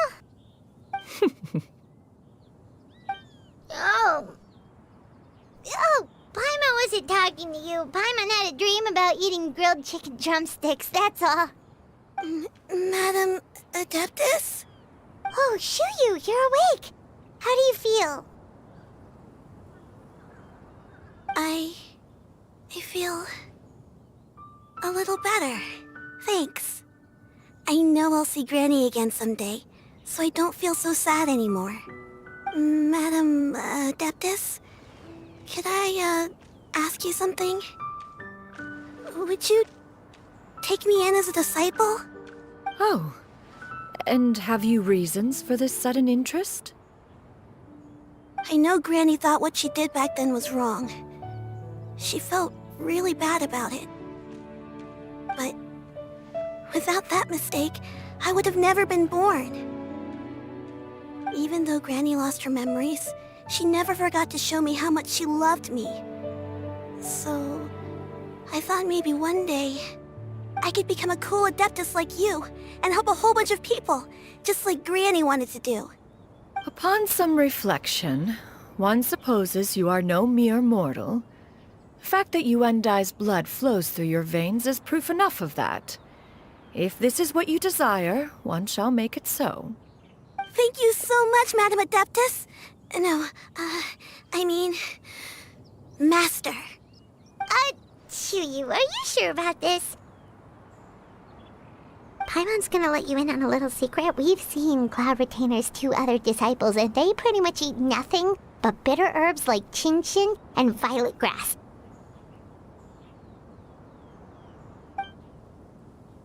If you join them, you'll never enjoy Wanmin Restaurant's delicious cooking ever again. How utterly preposterous. One has never enforced such a rule. Every individual must find their own path to enlightenment. So long as one retains a pureness of spirit, one's dietary proclivities are quite irrelevant. Well, you say that, but Paimon's not seeing any tasty treats up here now, is she? Although Mount Outsong is rich in natural beauty, its location does preclude access to certain finer mortal comforts. That is precisely why one plans to relocate to Liyue Harbor. Shu Yu shall have the honor of becoming one's first disciple in the human world. Whoa, you're leaving Mount Outsong?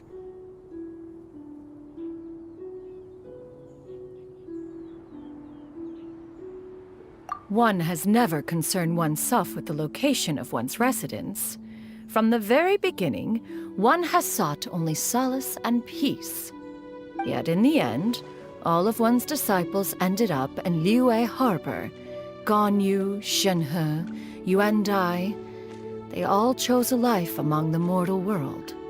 One has reflected on this fact for many years now. One can only assume that it is due to some failing on one's part as an elder or master. A failing, perhaps, of recognizing what it was they truly wanted. One is most curious as to what aspect of Liyue Harbor could have enticed them to remain there.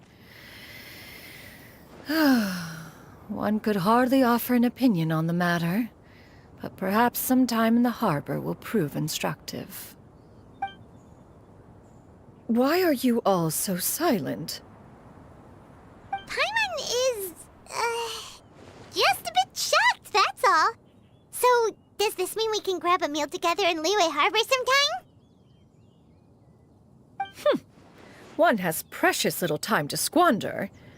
However, if one finds oneself otherwise unoccupied, one would not be opposed to the idea. One will be assuming the identity of a human while residing in Liyue Harbor. You should take care to avoid disclosing one's true identity. Don't worry, we'll help you keep it a secret. So, when can we expect to start seeing you in the city? Perhaps in 2 days' time. One has some matters to see to before one's departure. Preparation is the key to success, after all. One plans to put up various items from one's collection for sale. The earnings should provide for a comfortable living in Liyue Harbor. One has already picked out a handsome property near Chuhu Rock. 'Tis no small purchase, but what is mortal life if not one expense after another? Seems like you've really thought of everything. Then how about we meet up in Liyue Harbor in 2 days? A sensible plan. See you then. Oh, also, why don't you take this suspensus somnium mechanism as a souvenir? Anytime you should feel ill at ease in the future, you may try quieting your mind and sitting in meditation as you listen to its melodies. It might help you find a new perspective. Awesome! Thanks, Cloud Retainer!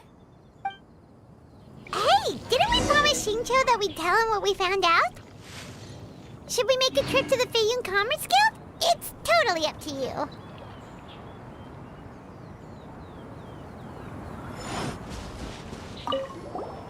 By the way, Shuyu, we have a friend who helped us learn a lot of information about your granny. Is it okay if we tell him the full story? Sure, I don't think Granny would mind. As long as you don't tell a whole bunch of people. I don't think she'd want too many people to know. They might go to Mount Outsong and start bugging her about it. Granny needs to focus on her training, you know? But telling a friend or two is probably fine. No worries, our friend can keep a secret.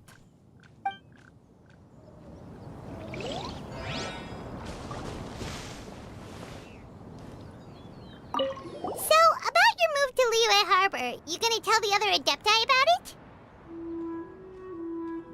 I have left an explanatory note in my abode. Those two old fossils will discover it, I am sure, should they come seeking my company. Considering their recent penchant for going off on private escapades, however, I find myself caring little for how they shall receive this news.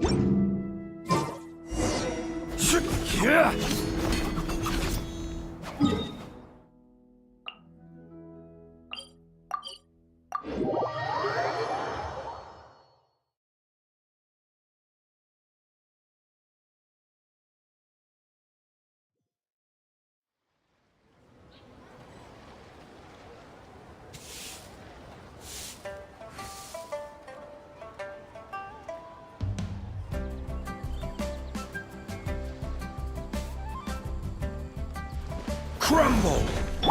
Yeah! Why not treat yourself to a seasonal gift and send it? Your concerns are excessive and unfounded. This is but a simple collection of ordinary valuables.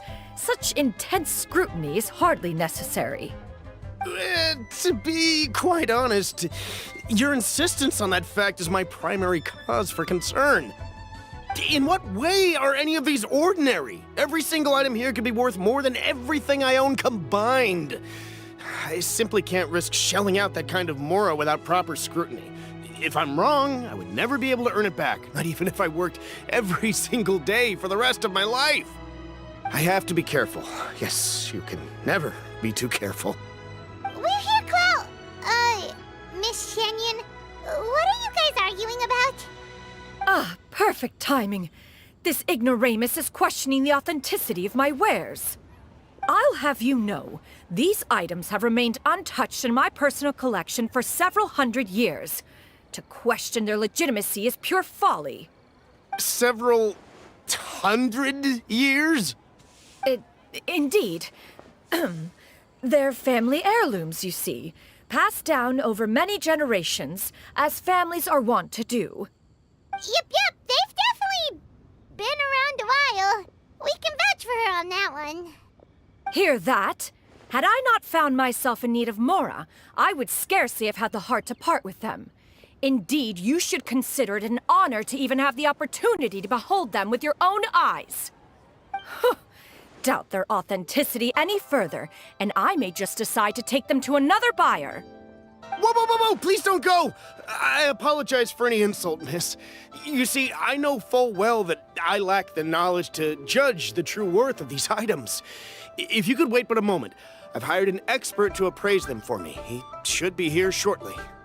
An expert, you say? Very well. I will wait for a little while longer, then. Traveler, Paimon, this is my new residence. If you have cause to seek my company in the future, this is where you can find me. Master! Oh, it's you two again. Hello. Shoo-you! You got a new outfit! It looks great on you. Mm-hmm. Master made it for me. I like it too. Huh? You know how to make clothes? Do I know how to make clothes? With the support of the proper mechanism, sewing is hardly a challenge. Master, I brought in most of my stuff.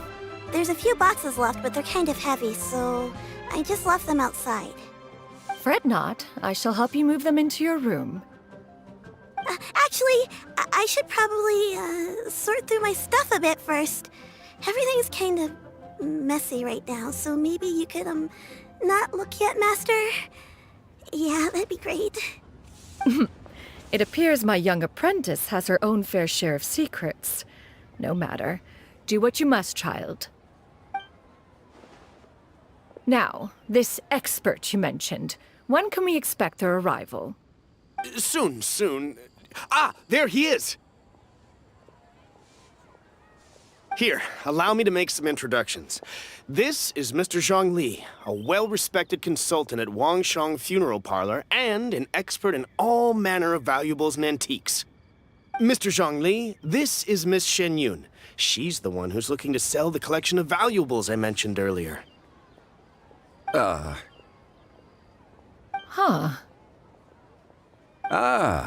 If it isn't Miss Shenyun. It has been quite some time since our last meeting. What a serendipitous reunion. Indeed, most serendipitous. Have you been faring well as of late, Mr. Zhongli? Quite well, thank you. I was fortunate enough over the past few days to enjoy both a stroll in the mountains and a fresh brew of tea from the most recent harvest. The experiences left me with such insight and peace. Huh. So you two are already acquainted? Indeed. How fortunate we are that fate has brought us together again. If you are otherwise unaware, allow me to inform you that Miss Shenyun is a well-regarded collector and appraiser. She is well-versed in all fields, and oft-celebrated for her impeccable taste. You stand to gain much from this opportunity. You are too kind, Mr. Zhongli. True collectors pride themselves on their wealth of knowledge and eye for detail. I can say without a doubt that you are foremost in that regard. Why, you flatter me, Miss Shenyun. It would seem that you are as self-effacing as ever.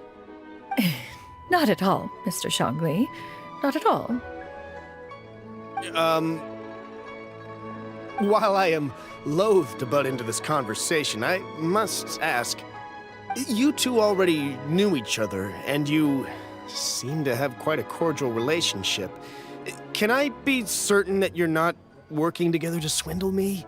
I mean, you never know. Huh! A preposterous accusation! The heavens themselves would collapse before we would conspire to do such a thing. Miss Shenyun speaks the truth. Contracts are built on honesty and trust. If that proves to be beyond your capabilities in this instance, this transaction may be taken elsewhere. Say no more. Let us depart. I jest. What fool would still harbor doubts after Mr. Zhongli himself has vouched for the goods? Miss Shenyun, wait!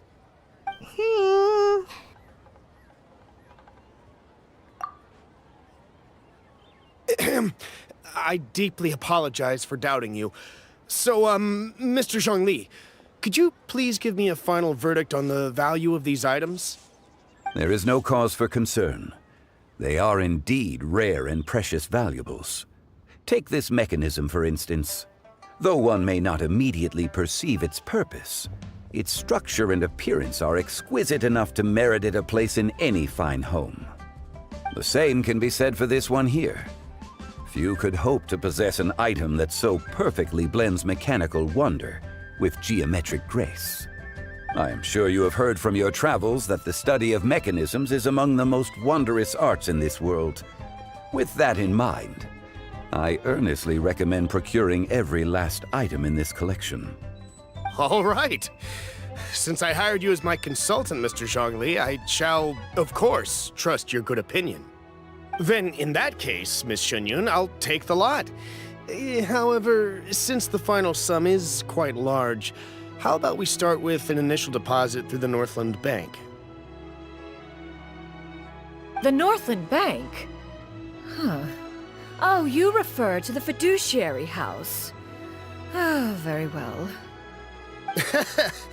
I fear people only use the term bank nowadays. In that case, I'll be off for now. I'll return to collect the goods once you've received the funds.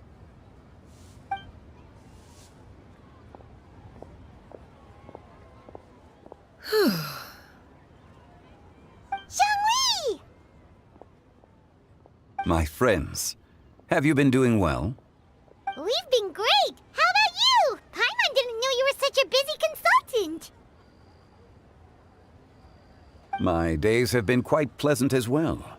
I had been quietly enjoying a cup of tea when Mr. Xiaozu requested my services.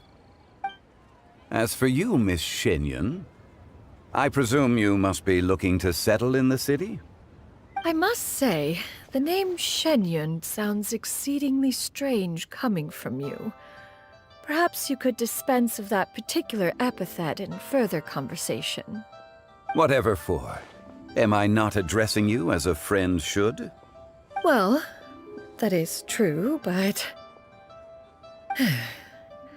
Alas, refer to me however you will. After all, a name exists such that others may address you with it. One is hardly ignorant of that fact. It would seem that you have gained many valuable insights over the years, Cloud Retainer. One has indeed. One's previous days were all brief. Now that one has made up one's mind to move and settle, one has gained a much better appreciation of the hubbub and commotion of the city, as well as the people's hard work and ardor. This city is much changed from how it was more than 1,000 years ago. Not unlike the ocean tides, so too shall the movement of people ebb and flow. From turmoil to peace, enlightenment to aspiration. Human society possesses limitless potential. In another 1,000 years, the scene we witness here may change in ways that are impossible for either of us to imagine. Alright, that's enough reflection for one day. No need to get all sentimental on us. You make a valid point, Paimon. Now that the sale has concluded, what say one plays the host as we try some specialty dishes together? One must profess great interest in trying bamboo shoot soup. Perhaps you have forgotten, Cloud Retainer, but I once tried my hand at that dish. You were at the table on that occasion, so logic dictates that you should have already tried it. Oh? What occasion was this? It was a reunion between friends several centuries ago. Alas, you must have been too preoccupied to secure yourself a portion. Or perhaps our other companions simply availed themselves of faster reflexes on that occasion. Huh! Hardly. 'Twas most certainly out of consideration for the others in attendance. In but a moment, one will show you what it means to have a true deftness of hand. It is settled then. Bamboo shoot soup, mora meat, crab roe tofu, triple-layered consommé. We shall enjoy the lot. One has already passed word to Shenhe and Ganyu to make a reservation. It is prime time for them to meet one's newest disciple. Is that agreeable to everyone? It should be a most splendid occasion. Shu Yu, come now, it is time to dine. Ah, this gentleman over here is Mr. Zhongli. He is, A humble employee of Wangsheng Funeral Parlor. Pleased to make your acquaintance. Nice to meet you too, Mr. Zhongli. That should be everyone, right? Let's go!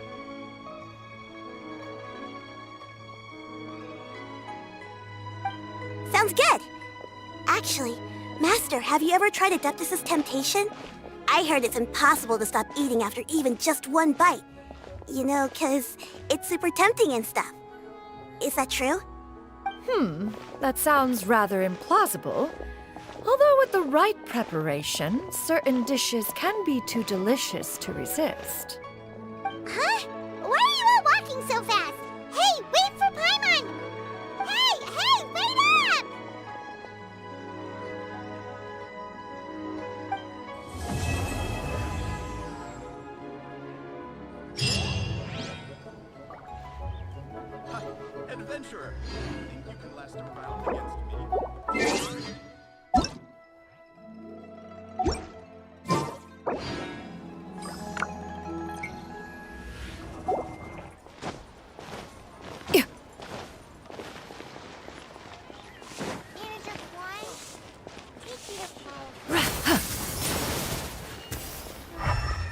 can't believe the well got hold of it. Adventurer, think you can last a round against me? I promise it will be unforgettable.